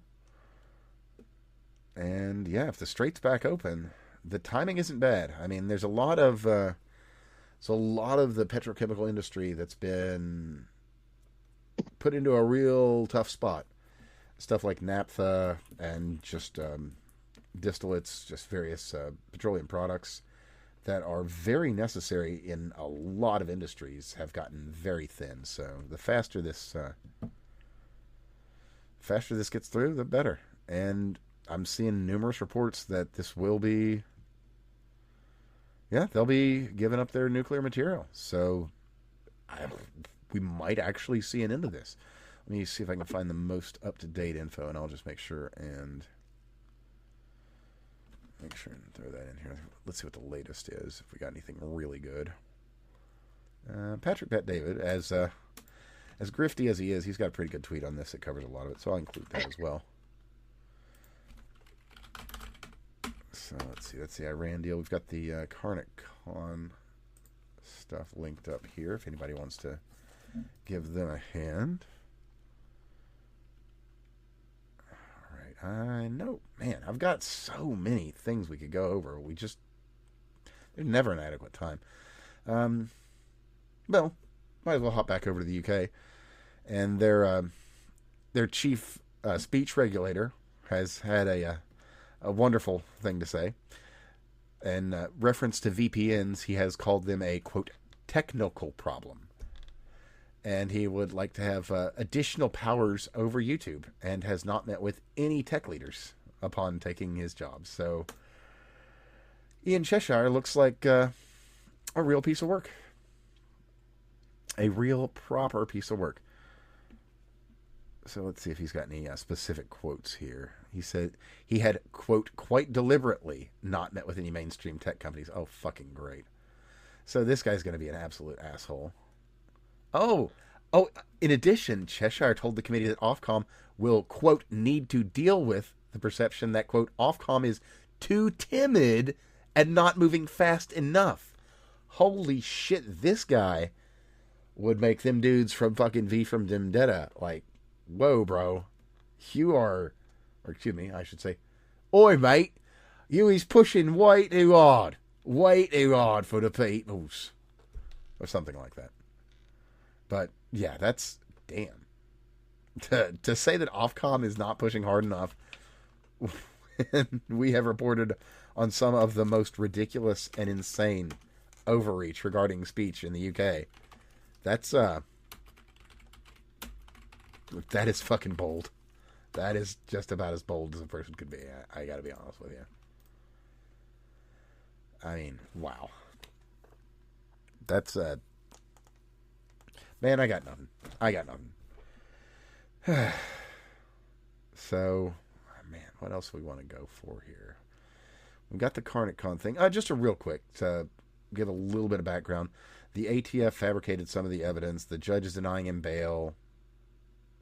You know, a YouTuber, as opposed to I don't know, some guy that maybe, I don't know, knifed Irina Zarutska after his 41 prior arrests. But 14. Oh, right. Close, I'm thinking of the other guy that had 41. But yeah. Yeah. There's another guy that had 41. That is literally a guy that had 41. Well, I don't know if he had 41, but he was in the 40s, and it's like all minor shit, and then he killed somebody. Yeah. And then you get the train pushers and all that. Yeah, there's or the other one. But the Irina Zarutska was, in fact, 14. Yeah, or the other one from freaking just like 3 days ago, where they had the guy that they put him away for shooting somebody in the head, and then they let him go because, he wasn't smart enough to understand what he had done. And then he shoots somebody in the head. It's something, and on the same note, just like the BBC, what they do out of the Daily Mail here, article headline, Asian grooming gang. Of course, they also say Asian, which a bunch of Japanese and Chinese and Koreans. No, a bunch of fucking Pakistanis and Afghans and whatever. Anyway, Asian grooming gang. Asians. Yeah, Asians. Asian grooming gang raped, sexually abused girls as young as 12, jailed for 270 years. Wow, 270 years? 277, wow. Total amongst 20 different men. Which means that all of these men will be out in 10 years. Wah, wah. What? Wait, hold on. Yes. 270 years total? Amongst 20 men with varying levels, but yeah. Oh. So the sentences range from, it's like some guys will be out even sooner. They range from as little as 3 up to 28 years. But no one is facing that 270 years. And of course, Britain being Britain, these guys are going to be let out early. But yeah, it's quite disgusting what has been done to the British people. It's man, they're in a bad way. They're in just such a bad way, and they've got a king who does not seem to fucking care at all. But who knows? Maybe he'll allow someone who is more qualified to take the throne in a very short time. One hopes. Beyond that, well, Tulsi Gabbard is out for no bullshit. Yeah, at all, I saw that, and I'm very sad about that. Same. She has been great at that job. So, real quick, if you haven't heard, her husband has got a pretty rare bone cancer, and she's stepping back to deal with family. And I understand. And I hate to see it because, man, she's been good at the job. She has been. Yeah, and there was some of this like, oh my God, whatever it is in terms of disagreeing with Trump and Iran. That's entirely possible because Tulsi is fundamentally. I don't want. Yeah, she comes from the left, and well, the original left, not the current left. Oh yeah, no, like sane left, but yeah. Yeah. So like her sitting there and not wanting wars, I think that she was, in my opinion, regardless of whether or not she always got her way, she was a very good voice in the ear of Trump on what to do. Sobering voice. And yeah. And I don't I think it's going to be a big loss for the administration that she is no longer there. Yeah, it's gonna be hard to find someone of her caliber to do a job like that, which is truly unfortunate. Yeah. All of our losses. And the other, not much to go into, just it's a really cool thread and worth your while. John Greenblatt of the Black Vault, he basically got all the UAP videos that got dropped a few days ago, put them all together in one thread. So if you're interested in checking that out, I'll that'll be one of the last links down below if you want to just take a look. There's some really, really interesting stuff in there. Nothing that's like, two grays that are just hanging out a window, smoking a fat doob, and, waving at the Manticore system or whatever. But still, some things that are utterly beyond our capabilities. So, kind of cool to see. I mean, been a long time coming for the data to come out, but hey, at least it finally is. And on the same note, there's a lot of things that can be said, a lot of complaints that can be issued against the Trump administration, but we're getting actual progress. We're getting things done. Things are getting a little better here and there. Maybe not as fast or as well as they could in some places, but when's the last time we even saw progress? We've got Afrikaners that are being pulled out of a literal genocide and given new homes. I read a story today about some Afrikaners that had just gotten off the boat, and they were like in some backwater farming community, and they were utterly taken aback by the way that the person that was showing them around. Like he took them to the library and left his car running, and they were like, you can't do that. You can't. Your car will be stolen. And it's just a small town, so he can leave his car running because it's actually fairly safe in a lot of places. Or that they could just go somewhere and be safe. Like, these people have, we've talked about this a couple of times, with big city folks. It's like, I've only been robbed twice. I mean, I don't know what the big deal is. Sure, yeah. I mean, my buddy got carjacked, but he's fine. They didn't kill him. I'll put it this way: we and I've told the story. I told the story back when it happened. But my wife and we used to live in Colorado, just in the Boulder area. It was wonderful. It was wonderful. Like, my dad had cancer. We had to leave. It was legitimately sad to leave the area. And we went back. We went back because my wife had took her college in one of the Colorado colleges. She had her graduation for her master's degree.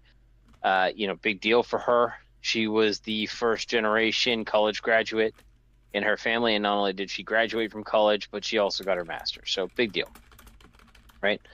So we went back to Colorado. We hung out in Boulder, and Boulder was just destroyed. There were homeless. Pearl Street had half the shops were closed. It was like Christmas time. There should have been people there. It was very sad. It was very, very sad. The homeless had invaded a bathroom. There were always homeless there. The South Park episode about the homeless was about kind of the experience that Matt Parker and Trey Stone had when they were at the University of Colorado in Boulder. And so that was a real thing. And I remember going, we met up with her crew that had done their project at Colorado College, or what, I can't remember whoever she's with, the Rams is their sports team. But we drove down to Denver to go meet with them in a restaurant. And Denver had some really cool shit. And I remember Denver before. And you go down these streets, and there's tents out there, and there's homeless people around. And they're like, well, I don't think it's that bad.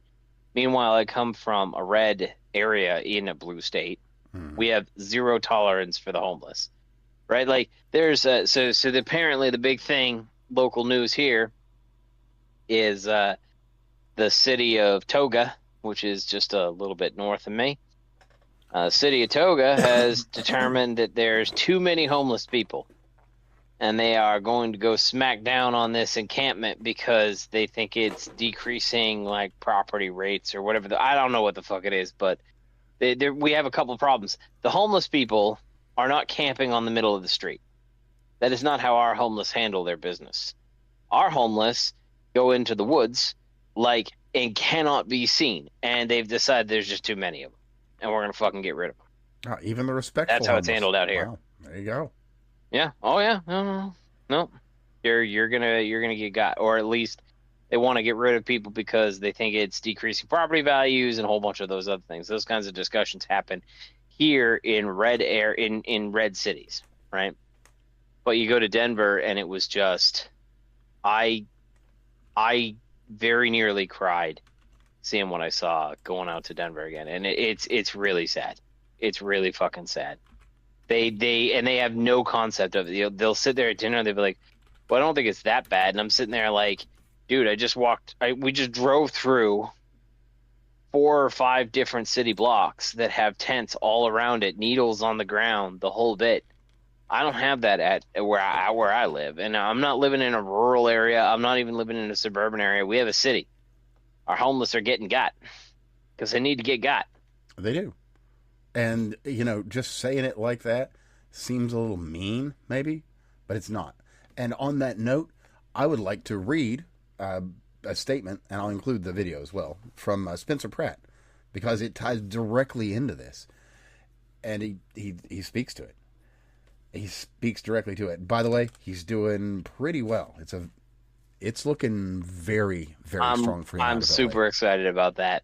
LA genuinely deserves better, and he is better. So anyway, let me read this off to you. If that addict on your street were your own son, what would you do? That is the defining question that guides my 5-step plan to fix the homelessness problem in LA. We must end this evil racket of corrupt politicians and NGOs who profit off the misery of these poor souls. They launder money and feed them more drugs so they can keep their customers locked in this hell on our streets.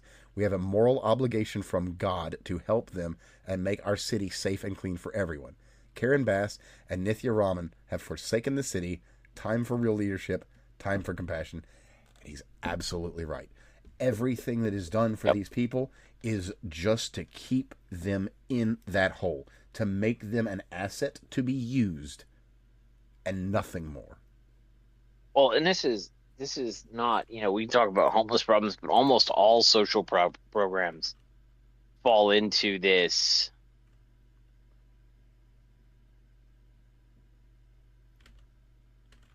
What is this? Sorry. Yeah, no worries. I thought I'd watch it for a second.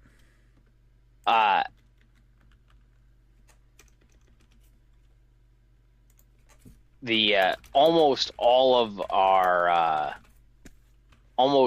of our stuff, all of our social programs are in that same boat where they're basically, the way they're designed, as soon as you turn on means testing, they basically result in, whether intentional or not, the perpetual, prevention of people from moving out of that area, because it creates two things. It creates a grifter class and a victim class that has to be eternally victimized. Yep. Well, it's not just that they have to be eternally victimized. Because of the way the programs work, like, it creates this, if you decide you want to try to better yourself, there is a huge valley between where you are and like where you can be better. There's this gap in overall quality of life that occurs with means tested programs, because now all of a sudden, if you're above the means, we don't support you anymore. And so instead of having a taper off or something like that, we have this, which would also be its own problem, right? Like, if we had a taper off, you'd have this, it becomes a pushing a boulder uphill. But because we implement these programs, it's like, well, at $60,000, I think here it's about $60,000. It's like 45 or 50. I think it's $56,000. You no longer qualify for rent subsidy. But, below 56, you do qualify for rent subsidy. So what's the incentive for me to make 70? All right. Right? Like, if all of a sudden it's if I'm losing out on $700 a month or $8,400 a year, if I go from 56,000 to 57,000, that I need to make $65,000 a year at a minimum just to break even to what I had before. And so there's a whole lot of people who just will not try to do better or better themselves. And we talk about this at the lower levels because there's a ton of programs that kind of just get cut out, or tax breaks that get cut out. Oh, I'm trying. And so, like, I'm almost at the point where I hit roughly escape velocity. I'm almost at the point where I hit escape velocity, where I've lost, my income's essentially been locked with every raise that I get. because I lose a tax benefit or a tax break, or the progressive tax system hits me harder. Yeah, no, almost at I escape completely velocity. understand. I am trapped at the bottom. Like, I can only make so much money until I have to make a lot more money to be able to live. Mm-hmm. And I mean, you know me, I'm taking very little government money, just some basics for healthcare. I'm not even taking SNAP. And like, if I get past 20,000 a year, I got nothing. I get absolutely nothing until and it's like it's all on me from there. Yep. And so like there's an aspect of this, right, where like I am sure, Evan, that if you were to go out and get you have the IT certificate and all the other stuff that you got, I am sure that if you applied yourself, you could do quite well for yourself. But you have to do so at a tremendous amount of risk. Oh, yeah. Landing that first job and getting out there and putting yourself at risk, and then you have the hours, and then you have to adapt to it, and you've been off in the wilderness for a long period of time. It's rough. It's rough, and there are people, like there's a lot of people who are not willing to bet on themselves. If you bet on yourself, you'll benefit from it, but there's a lot of people who won't bet on themselves because it's just not worth the risk. Yeah, I mean, to be completely honest. And then there's people, there's also people on the other side of it which just want to fucking milk the system. There absolutely are. And, then you've got, folks caught in the middle like me. Like, I'm putting it out there. I'm doing the work to do new and interesting things. Doing this podcast every week. I'm writing a book. I'm writing 2 books, honestly. Do another show every other week. But, well... It'll happen. It'll happen. Maybe I'll see what I can do about getting some of that government monies we were talking about earlier. Anyway. Yeah, you do. I want my monies. Well, that's fair. That's fair. Well, speaking of giving what's owed here, we should probably mention something very interesting. Given back, as it were. It's called Free Media Heck Yeah, or FMYH for short. But just a funny little thing. It was created by a Reddit user by the name of In Batman. No, not you, Bats, but cool. Related. So what this is basically a big repository of free shit. Lots and lots of free stuff. Movies, shows in 4K, multiple streaming sites, Apple and Spotify quality music, Adobe Creative Cloud, Microsoft Office, AutoCAD, paid courses on major learning sites, hundreds, millions of books and papers, alternatives to most of your AI tools, browser extensions. Good stuff.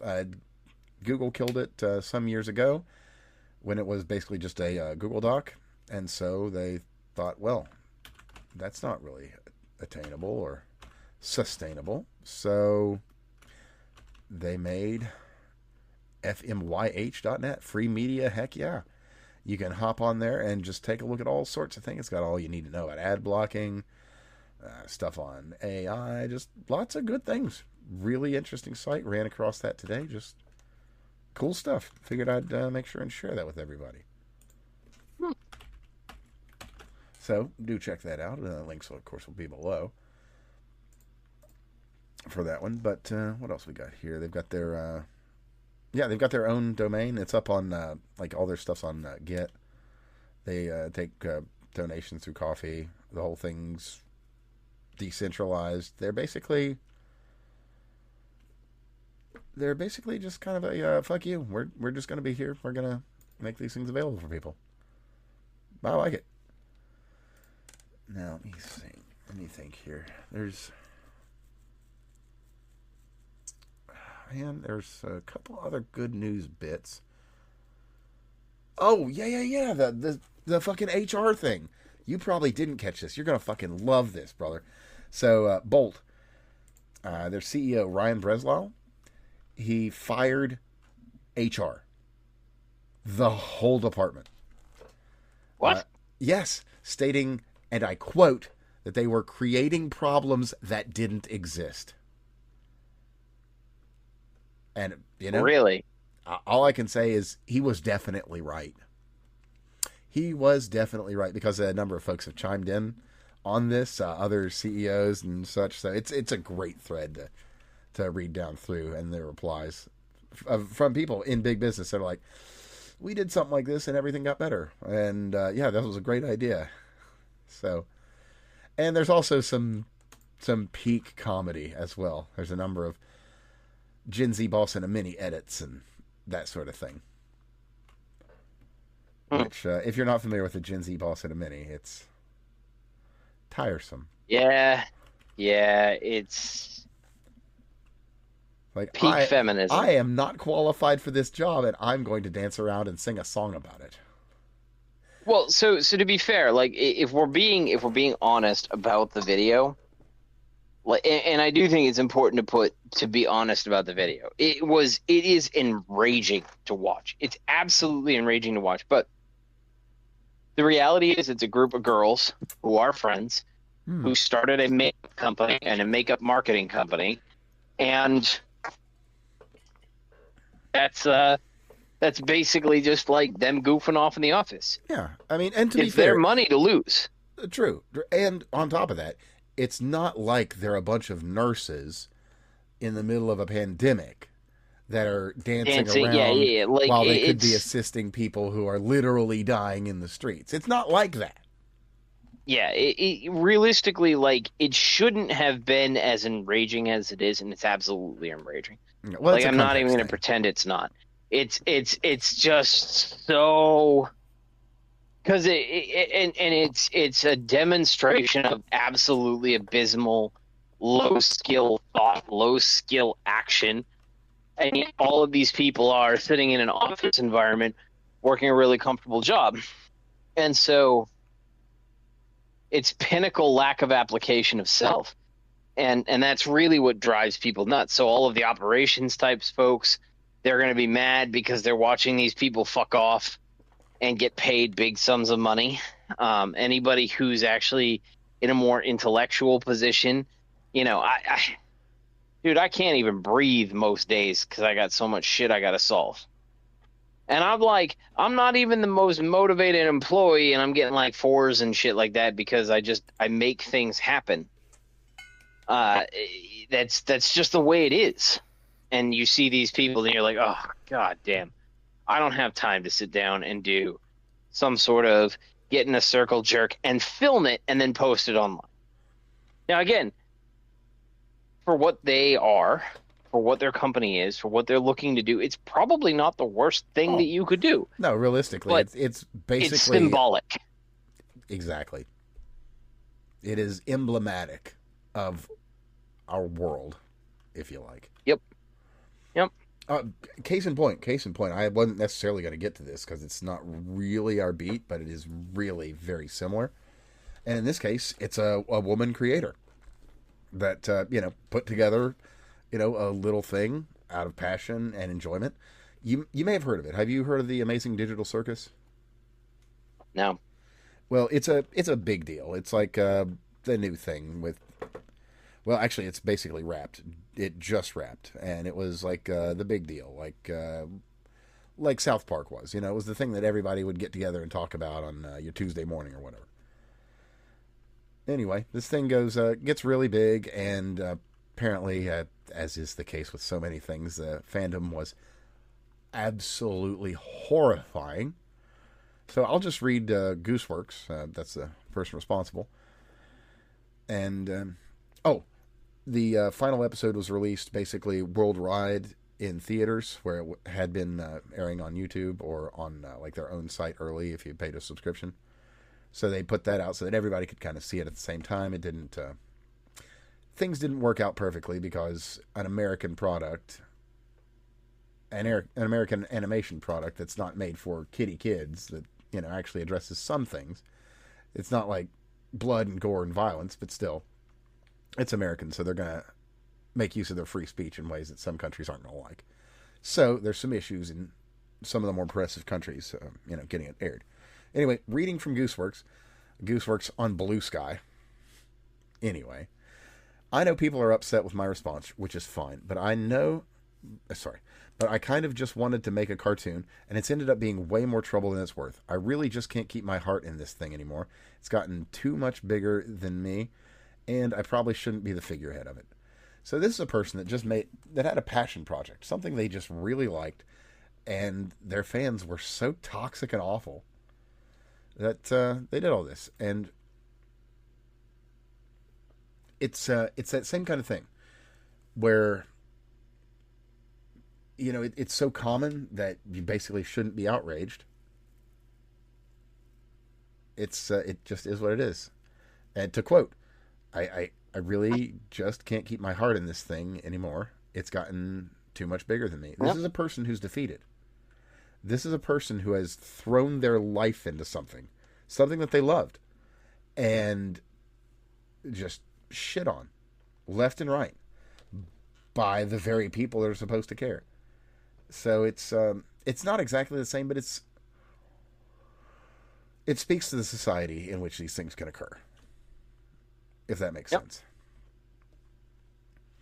Speaking of this, and again, right, like, it's important to know that we can be enraged by things which are functionally innocent, and like what when you start talking about the mini boss or whatever, the boss in a mini, girl boss in a mini, or whatever the fuck it is, that video, what's important to know is that everything in there is above board. There are more epistemologically insulting videos that exist on the internet, but that one drove everybody nuts, and it drove everyone nuts because, like you said, it's emblematic of a culture that has put aside, you know, reality and progress and making merit. A difference for merit, for whatever the fuck we've been living in for the last few years. Yeah. Anarcho-tyranny. And even though, like, it's all their company, right? Like, the thing is that I think a lot of people are reacting to it because they see a bunch of girls dancing in an office, and it's like, well, shit, somebody's paying them a lot of money. They probably just basically wasted a day. There's, 8, 12 of them or whatever, but the reality is it's just their own company. And they could do that. It's not somebody else's company. Yeah. Yeah, I mean, I did make a snarky comparison with nurses during COVID, but it does stand. Because, you know, at the end of the day, that's them at their little makeup company, you know. They're doing their thing. Yeah. It'll sink or it'll swim or whatever. They're not out there saving lives or doing anything. But, you know, it is what it is. So speaking of saving lives, you're going to fucking love this. Shit is so hilarious. So somebody's been fiddling around with LLMs and benchmarking regarding security. So I'll just read this directly because I couldn't explain it in a way that's as adequate as they've done. So anyway, the models often overfit on narrative plausibility and environmental assumptions. If an artifact looks like a test, lab artifact, or pen test remnant, the model may start inventing an authorized testing story around it and dismiss the event as a false positive, even when the technical indicator itself is clearly suspicious or intentionally malicious. And the examples here: EDR test, pen test persistence, EICAR_check, internal security tool. Now, these are all things given, these are just names given to malware.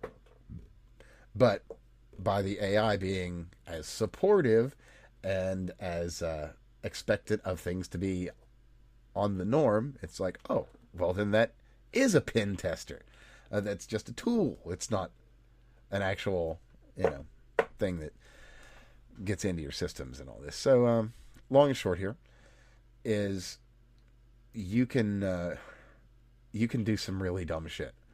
Like, if you want your home nodes to be safe, you can go with the classics like malware server, honeypot, you know, ransomware test rig, and then, you know, when somebody is out war driving with their AI, it's gonna be like, well, don't want to touch that. That's a ransomware arena. Things are Things are just so silly. But yeah, you could. Well, the one they've got on here, it's got the Jedi guy when he's doing these are not the droids you're looking for. The meme there, and it's a ransomware simulator, which is no. This is for this isn't real ransomware. It's perfectly legitimate. Loaded onto your system. And the AI says, "Oh, it's a simulator. Of course, it's fine." We live in very silly days. Very, very silly days. But yeah, again, to your earlier point, they are LLMs. They are not AI. And I don't think we actually had. I think we had that discussion before we went live. No, we were talking about that for a minute. Did we? Yeah. Mm. But yeah, I mean, did you see the Andreessen thing on Rogan? No. So Andreessen came up and he was talking about it, and he also has moved his opinion from where he was the last time he was on Rogan. And like I said, I've changed my mind from being kind of, this is a retarded thing, why the fuck is everybody super excited about it, to, oh no, this is actually a really fucking useful tool. I'm still finding things that make me money that I'm working with on it. Stuff that would take me 10, 20 hours, it'll take this thing 10 seconds. I just have to think of the query and send it in, and then I can go off and go do something else. It's amazing. I am right there with you. It's absolutely amazing. Well, my writing, like what would have taken me a half a day of research, I can say, all right, I've got these criteria, I need these demographics of this place during this time. Get that for me and try and get me a lookup of jobs that were being done at the time so that I can work out my setting. And I can get a pretty, I mean, if not perfect, a pretty accurate representation of a snapshot in time of very esoteric data that would take me hours and hours to source. I've done it. I will do it when I have to, because sometimes it can't. But I'll offer a couple examples of what I did for money, and like making money with this thing. I turn around and I said, okay, well, so like after I did my whole experiment with my investing account, I said, okay, well, let's go for something that's a little bit more down to earth, right? That's all theoretical trade stuff. Maybe it'll work, maybe it won't. I actually have 2 distinct conversations that resulted in 2 different outcomes that I'm testing independently. I'm going to upload all that data to my chart for what AI models I selected. But on top of that, I also, I have real estate. And so I asked the AI to organize real estate criteria for a rental property that would, essentially organize the thing by certain percentages and dollar values that I consider key metrics for whether I invest in a property or not. And it would take me, if I was to sit there and talk about something within 30 miles of my zip code, because I don't really want to manage anything beyond that. You're going to have to troll all the various forums, all of Craigslist and all the other, like Zillow and everything. I'd be on Zillow, I'd be on Redfin, I'd be on all those different sites trying to find every fucking property. It went out there. I think it took 10 minutes to run the query for me. It was a good long query. Like I was impressed. I'm trying to see like how much time, how long it takes for it to do something. But I think that was a few minutes that query ran. And it got back to me and spit it out. All right, I'll take a look at this one property that it listed. I'm like, oh man, that actually, like, ironically, it really works. Now my wife is kind of it's a 3-unit, we could buy it, but the net proceeds would be somewhere between $800 and $1,200 a month. And you got to sit there and figure in that on a cost per unit basis, like there's going to be some maintenance costs per unit that don't scale linearly with a building. And so it might be a little bit low on that. So I got to, like, that's a really good point that she made. I got to think about that rather than looking at it as a straight income property. That's one aspect. Another thing I did today, I've got a job application I got to go put in. So I told it to go, I gave it my resume, and I told it to sit there and score the entire internet for jobs within the continental United States, and to rank order where I'm going to find something. And it came up with something in Lawrence Livermore Laboratory, which, for those who don't know, that is a nuclear laboratory in California. I'm like, fuck, that's not going to account for cola, right? And so I'm like, all right, I got to update my prop. I said, go account for cola. So it spat something out that's actually in Los Alamos. And then I was like, well, maybe there's a tax advantage, because for the nuclear labs, for those who don't know, there's obviously stuff I work at here. There's Idaho, Bettis, in Pittsburgh, and then you have NPTU Charleston. That's the NNL family of labs. In terms of overall nuclear labs, you have what the hell, Brookhaven, I think, down in New York. You have Ornell, Oak Ridge National Laboratory, that's down in Tennessee. There's Lawrence Livermore, which does a lot of really cool shit out in California. There's Los Alamos in New Mexico. I think there's a separate DOE facility in Idaho National Labs. There's actually a lot of really cool research projects for nuclear energy that are happening all across the country that aren't even just, hey, what can I go do? And so I asked it to go search out taxes, because I don't know the difference between New Mexico tax code and Tennessee tax code. And, it spat out this thing. So there's a job out there that would pay me about twice as much as what I'm making now. Essentially, if I was to take the midline, probably be a little bit less than the midline, but it would be significantly more. And it's like, yeah, you'd be a qualified fit for this. This would make you this much money. This is the highest paying job that you're qualified fit for in the nation. Great. Motherfucker. Fucking great. I should absolutely go apply to that job. Making $250,000 a year, that'd be a great fucking job. Yeah, I mean, you'd be making a little bit more than a senator. Cough. Yep. Oh, dude, I'd love to go back out to the West. My wife's like, but I would have to work, because we'd have to go visit family and we'd have to fly on planes. And I'm like, oh my god. Sounds like somebody needs a pilot's how much license. Money we'd have out there? Like, we'd be saving like 4% on income taxes. We'd be... So, but it's a real job, and it provided me the posting, and I'll probably have it rewrite my resume for the posting, and go through that whole thing. That's a tomorrow task. Oh yeah. It won't apply for me. I tried to get it to apply for me. That would have been amazing. Well, little things. That would have been amazing. Still, that would require a whole nother workflow. Although they have added some very interesting new features to Grok, so it's getting there. It's actually turning out to be a very pretty strong utilitarian tool. Yeah, it is. My wife apparently is subscribed to Google Data, and they give you access to Gemini through that. It is not. So great. I might be able to sit there and trust both AIs, but Gemini is probably one of the worst. Really? That's I know they had their whole debacle. I thought they fixed it from that. No, it's just not as smart or as fast. It seems like it's been trained on kind of junk data. That's my call, mind you, but that's kind of my read of the situation. Really? Yeah, it doesn't seem very good. It's mediocre at best. Now, I'll be honest with you, Grok is not the best, but it seems like Grok is the most jack of all trades utilitarian tool that's out there right now. Mm. And it speaks and writes in ways that are more person-y.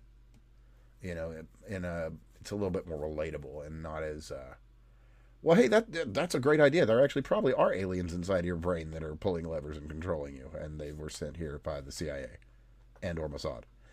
Which ChatGPT has done more than once.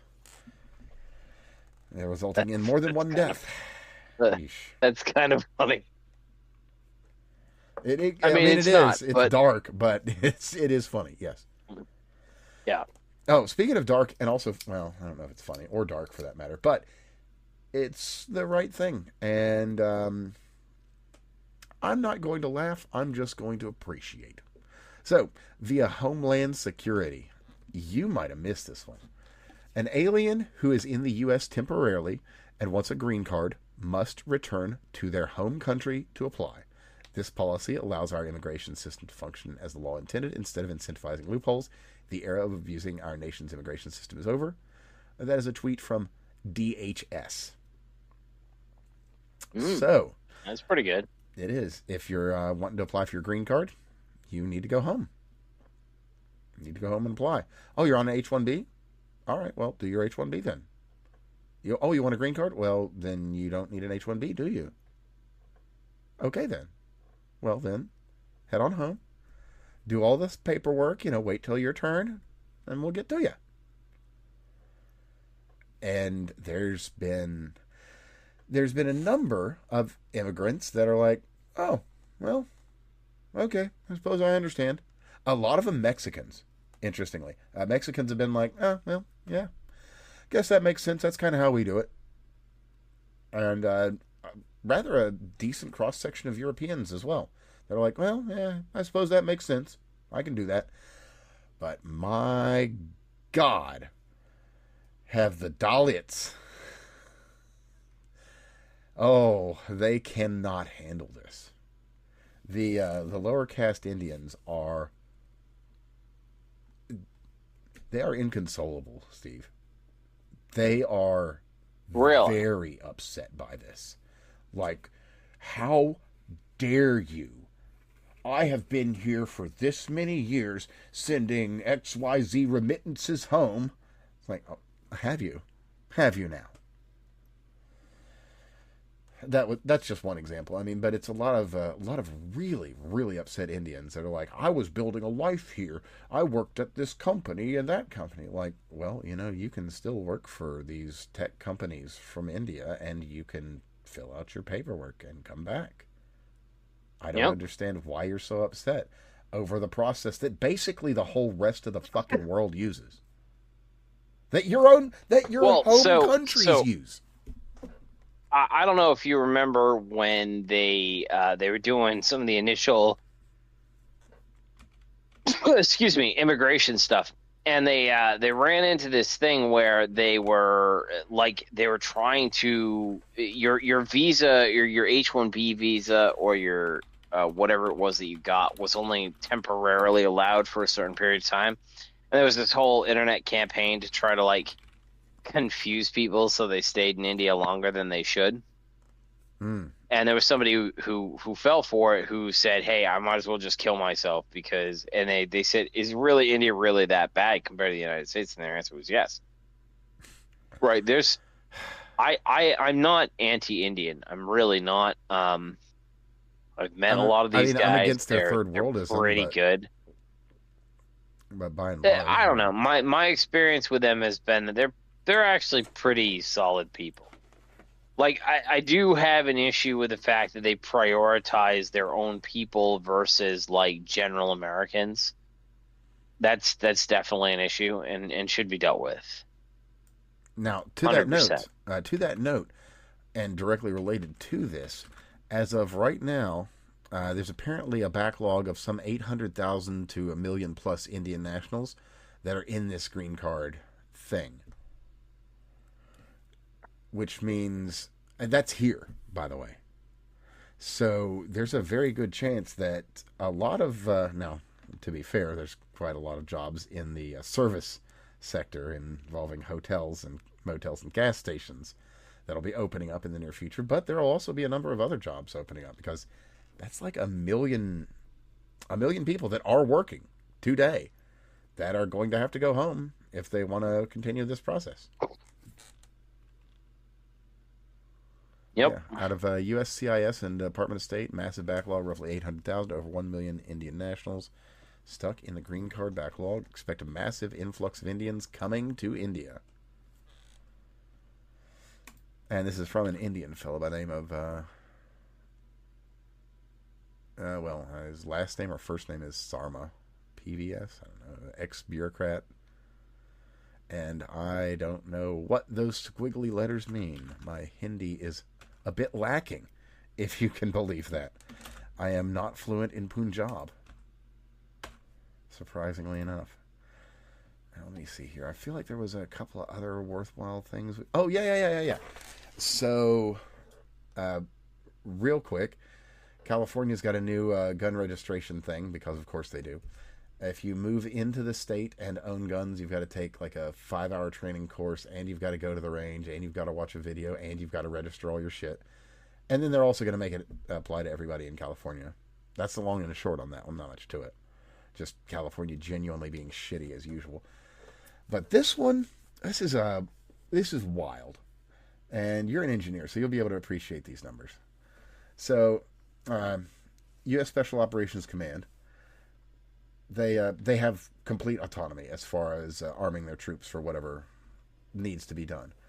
And instead of going with the new SIG Spear, the MCX thing, they want to just keep using the M4. And they have a proposal for a hypervelocity round. So let me see if I can get the exact number. So there's Mega Engineering did a really great deep dive on the smart weapon that they were constructing. The M4 has been around for a long time. The M4 is a very, very good weapon in terms of cost to fit soldier. Well. Yeah, it really is. Like, we can turn around and say newer is better, but the M4 was developed. It met like all of the cost hurdles, and nothing has been able to replace it from a cost perspective. And if we're honest, and they've got all kinds of other stuff associated with it. Well, it also set the standard. Just the same way that the Model T set the standard of you've got a steering wheel, you got a shifter, you've got pedals down there. It's like every gun is set up one of two ways now. Either like an AR or like an AK. That's how every rifle is. Every battle rifle. But it's utterly ubiquitous. And even you've got AKs that now have AR furniture. So it's just that. It's the ubiquity of the thing itself and the familiarity and the maturity of the system. But anyway, they want the current one. It'll hit about 300 meters, which is fair. That's and you can go a little farther. But what they want with this thing is, let me see if I can get the exact full range or whatnot of this. I want to say they were wanting to get 600 meters out of it. Yeah. They want to get it to, they want it to minimum 600 meters. Still using the same 5.56 bullet, or maybe an upgraded bullet, but the same profile, basically, of cartridge. So, get this. 82,000 PSI chamber pressure. I don't know enough about guns to know that that's significant. What I do know is that the proposed replacement for the whole thing was supposed to use smart targeting systems that would essentially turn every soldier into a super soldier. And, a marksman, which is fucking amazing. Well, I actually can tell you. They base out around 55,000 PSI. And I shouldn't say base. That's the normal top. And with a hot loaded military round, like a 5.56 NATO, is going to be 62,000. And that's the tip. And those fuckers are screaming. So they're wanting to add like a whole nother 30% at least. And, well, they want it in a short barrel. They want it to weigh, the barrel itself to weigh less than 6 pounds, and they want the whole thing to be like backwards compatible and everything. And the backwards compatible, that's not too difficult, but the kind of recoil mitigation and springs you're going to have in there is, there's going to have to be something replaced if you're going from a normal round to that fucking howitzer, that mini howitzer thing,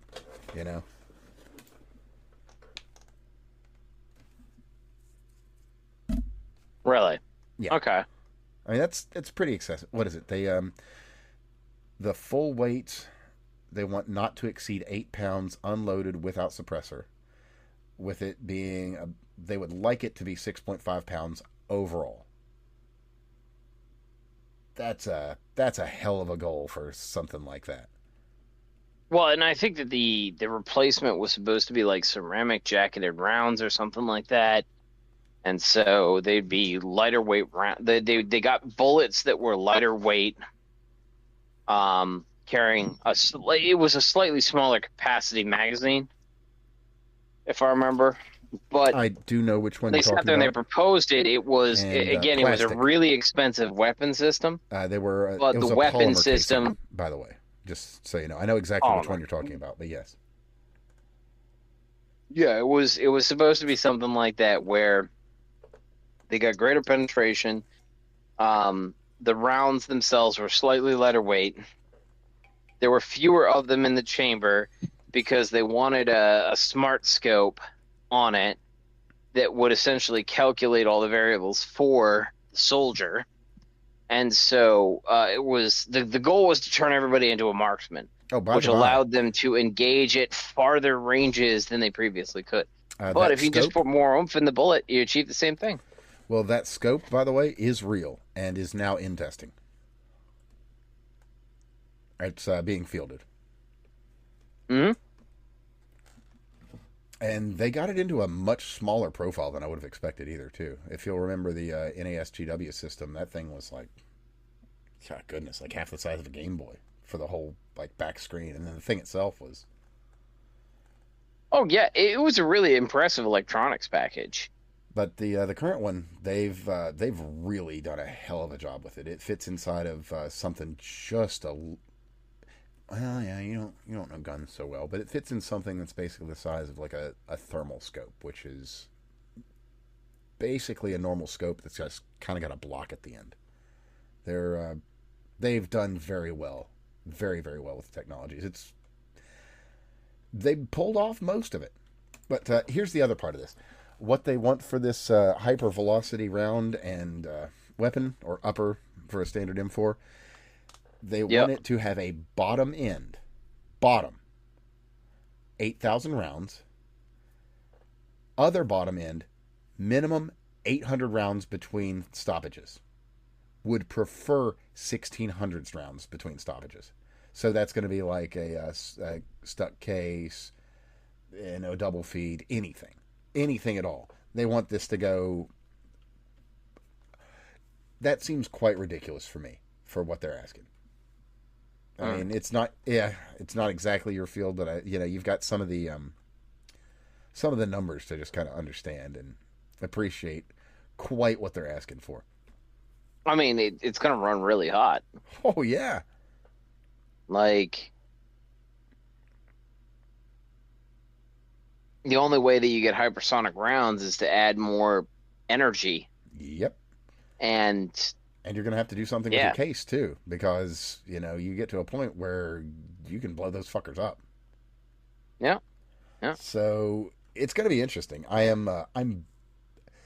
They're asking for the fucking sun, the moon, and the stars with this thing. They really are. If they can pull it off, that'll be really dope.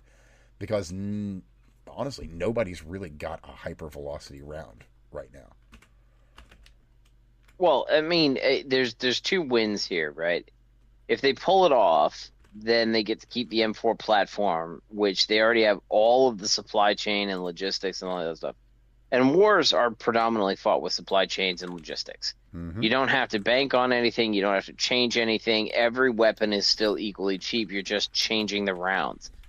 And if I remember correctly from the Mega Engineering presentation, the predominant reason they were actually even looking at it is the Russians, I think it was the Russians. I could be wrong. But the Russians started allowing or producing body armor. They started having more engagements with body armor. Is really what it came down to. The Russians do actually have slightly better body armor than we do, yeah. Yeah, so we started engaging more opponents who had body armor that was, a lot of it was supplied by Russians. And this meant that the actual velocity of the M4 round was just too low to penetrate. Right? And so maybe 30% is enough to transfer enough energy that it can get through the armor. That might be what it can do. So there's you get range drop off for penetration at whatever the engagement range is, and so the new system was supposed to basically just outrange the enemies, right? We'd still be able to penetrate at a significant distance, which allowed for us to win engagements further out. And then they wanted some other stuff. But then I think the M4 debate came in that, like, well, most of our shit has been CQB. And so it doesn't really matter that we can engage at slightly further ranges and penetrate armor at slightly further ranges if we're engaged in CQB all the time. We really just need to be able to penetrate the body armor, in which case you just need more oomph in the round. And so that might be what we're seeing. Well, in this case, the call is actually for something with a longer range. So, yeah. Well, that's going to happen as soon as you add more powder to it, right? Like, well, it will, but I mean, they're not asking for a better penetrator, and they're not asking for that. That's not the call for this specific request. This is literally just they want range. They want more range out of exactly the same round. Which, yeah, I mean, that will, necessarily increase penetration, but that's not what they're after. They just want to make sure that the M4 is basically on the edge of being a DMR, I guess. Which, I mean, if you can do that, hell yeah. And you actually can, if you really wanted to. You can run it with, like, you can run it with 6.5 Grendel, and that shit's fucking fierce. They're weird little rounds, too. Kind of stubby with a big old 6.5 bullet on them. And they'll go. They will absolutely decimate what a 5.56 can do. But they're wanting to do this in a 5.56 package, so I mean, more power to them. I just found the whole thing absolutely fascinating from like an engineering standpoint. I'm curious to see if they can even pull it off. But it'll be interesting. It will. And if they can, that'll be good for the AR market, honestly, because if you can make components that tough that can survive that many rounds that are running that hot, that's great. I'll buy one of those barrels eventually. But that's all I really had on that. I do have another interesting, fun piece of news, though, and that is maybe you should go out there and buy yourself a Blu-ray burner and or drive at the very least, because, well, it might be coming back into style, as you can use them. There's a software, or I shouldn't say software, there's a brand new firmware that basically works on everything, for everything. All current PlayStations, previous gens of PlayStations, and you can rip GameCube, Wii, Xbox, PlayStation games legally as well, because, I mean, you have to own it to be able to do it. But this completely takes emulation to the next level and democratizes it a little bit, or a little bit more even, I should say. So I'll throw a link to the TechSpot article on that. It's just another kind of fun, interesting thing that's happening. And then one last one for the night, which this is just wild. Scientists have fuck it, I'll just read it. Scientists have just discovered narwhal waves that can trap light beyond known limits. So I don't know if I can adequately explain how this functions, but basically they can make light do anomalous things by trapping and moving it in ways that it shouldn't. So let's see here. The new waves can squeeze light into nanoscale regions, amplify electromagnetic energy dramatically, guide photons with extreme precision, potentially unlock next generation photonic computing. Would be one if you're able to move light around however you want. But they've got a visualization in here which it doesn't really make sense, but it's also one of those you have to understand a lot of science for it to even kind of make sense. Like looking at the what's the term I'm looking for? The CG models of black holes, which is like it doesn't actually look like anything. It looks more like it looks kind of like Saturn, but with weird light shit going all around. It's one of those kind of effects. It's like moving knots of light and energy kind of just sort of spiraling in on itself. It's absolutely fascinating. I mean, this is all very, very early stuff, but it's really, really cool. Because the long and short here is they're able to control light on a microscopic level. Or actually, I shouldn't say microscopic. I should say nanoscale level. So we could theoretically, with this, do the kind of things that we haven't been able to do with light. Perfect example that comes to my mind is electron microscopes. Light doesn't function in ways that are useful at that scale. It becomes erratic once it gets too small. To put it in relatable terms, I'm sure Steve could do a lot better scientific explanation. But anyway, what this might allow it to do, since you can have such direct and minute control, is you might be able to do something not dissimilar at all to electron microscopes just with pure light, as long as you've got the ability to move it with these narwhal waves adequately. Which, that's pretty cool, because the one thing that you won't ever get with an electron microscope is color. Basically what you're getting is really, really, really good LiDAR. Or sonar, or whatever you like to call it. You're getting a scan. You're not getting something that you actually see. Whereas this, well, you might actually see what it's like to look at quantum scale objects as though you were at the quantum scale, which just in itself, that's really cool. But I don't know what'll be able to be found, because once we can look into some of these places with actual light, what do we see, right? We don't even know. We've never been able to before. So this is really, really cool. And man, I've had a couple of decent, cool stories to close us out. I can't think of. Oh, I've got one more good one. Of course, because it's actually going up. It's made it out of committee, and so it's headed up to Congress. The Pelosi Act. If the name alone isn't a dead giveaway, this bill would, and I will read from it here directly, to amend the Ethics in Government Act of 1978 to prohibit transactions involving certain financial instruments by members of Congress. Be it enacted by the Senate and House of Representatives of the United States of America, Congress assembles Section 1, short title. This act may be cited as the Preventing Elected Leaders from Owning Securities and Investments, or Pelosi, Act. And if that doesn't tell you what you need to know, well, I mean, you got to be kind of slow to not figure it out. Come on, people. We need to have these leaders not trading, because they've all got insider information. And that's just the way it is. So I'll offer the hard part here is going to be enforcement. Sure. Because you can just turn around and go to a family member and say, hey, trade for me. Oh, yeah. And claim a percentage of their gains. Or, you're having lunch and you say, hey, I'm going to take this very private call. You better not, wink, listen in. Yeah.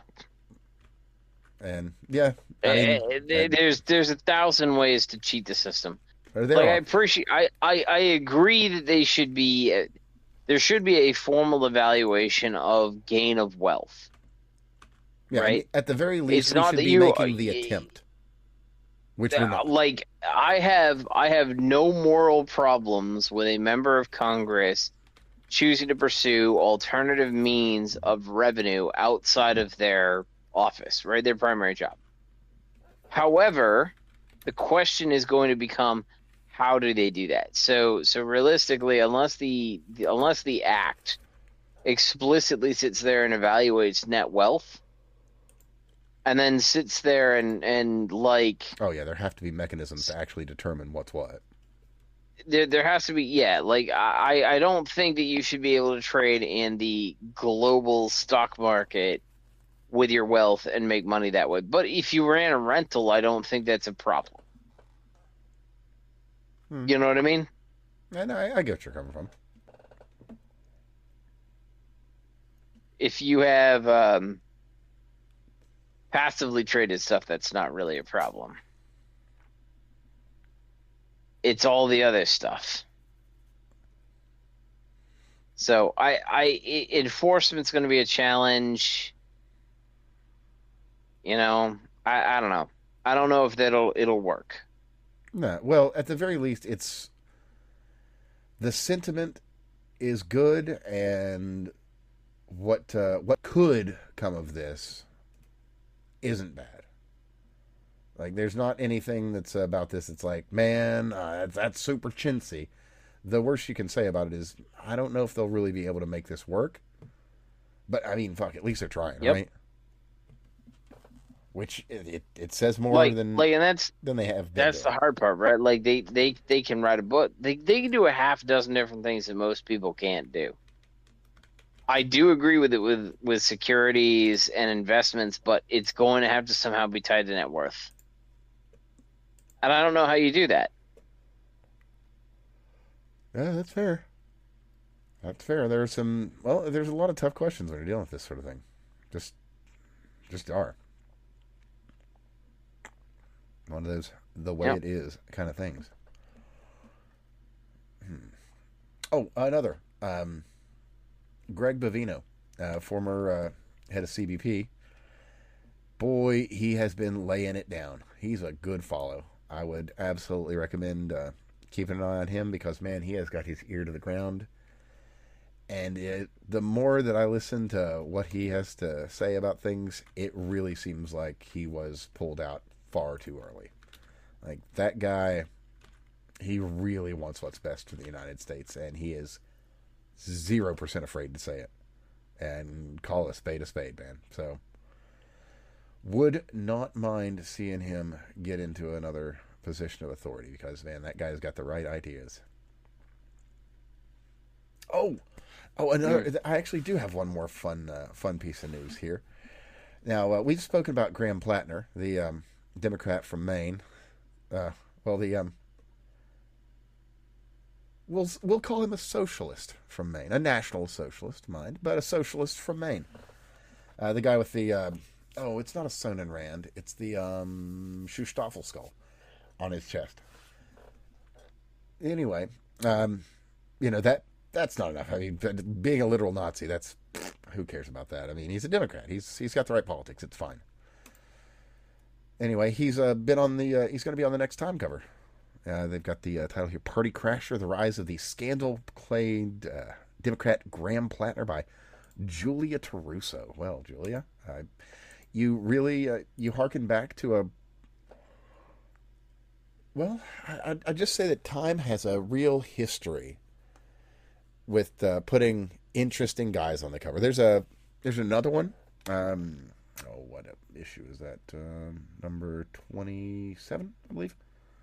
Volume 27, excuse me. Volume 27, number 15.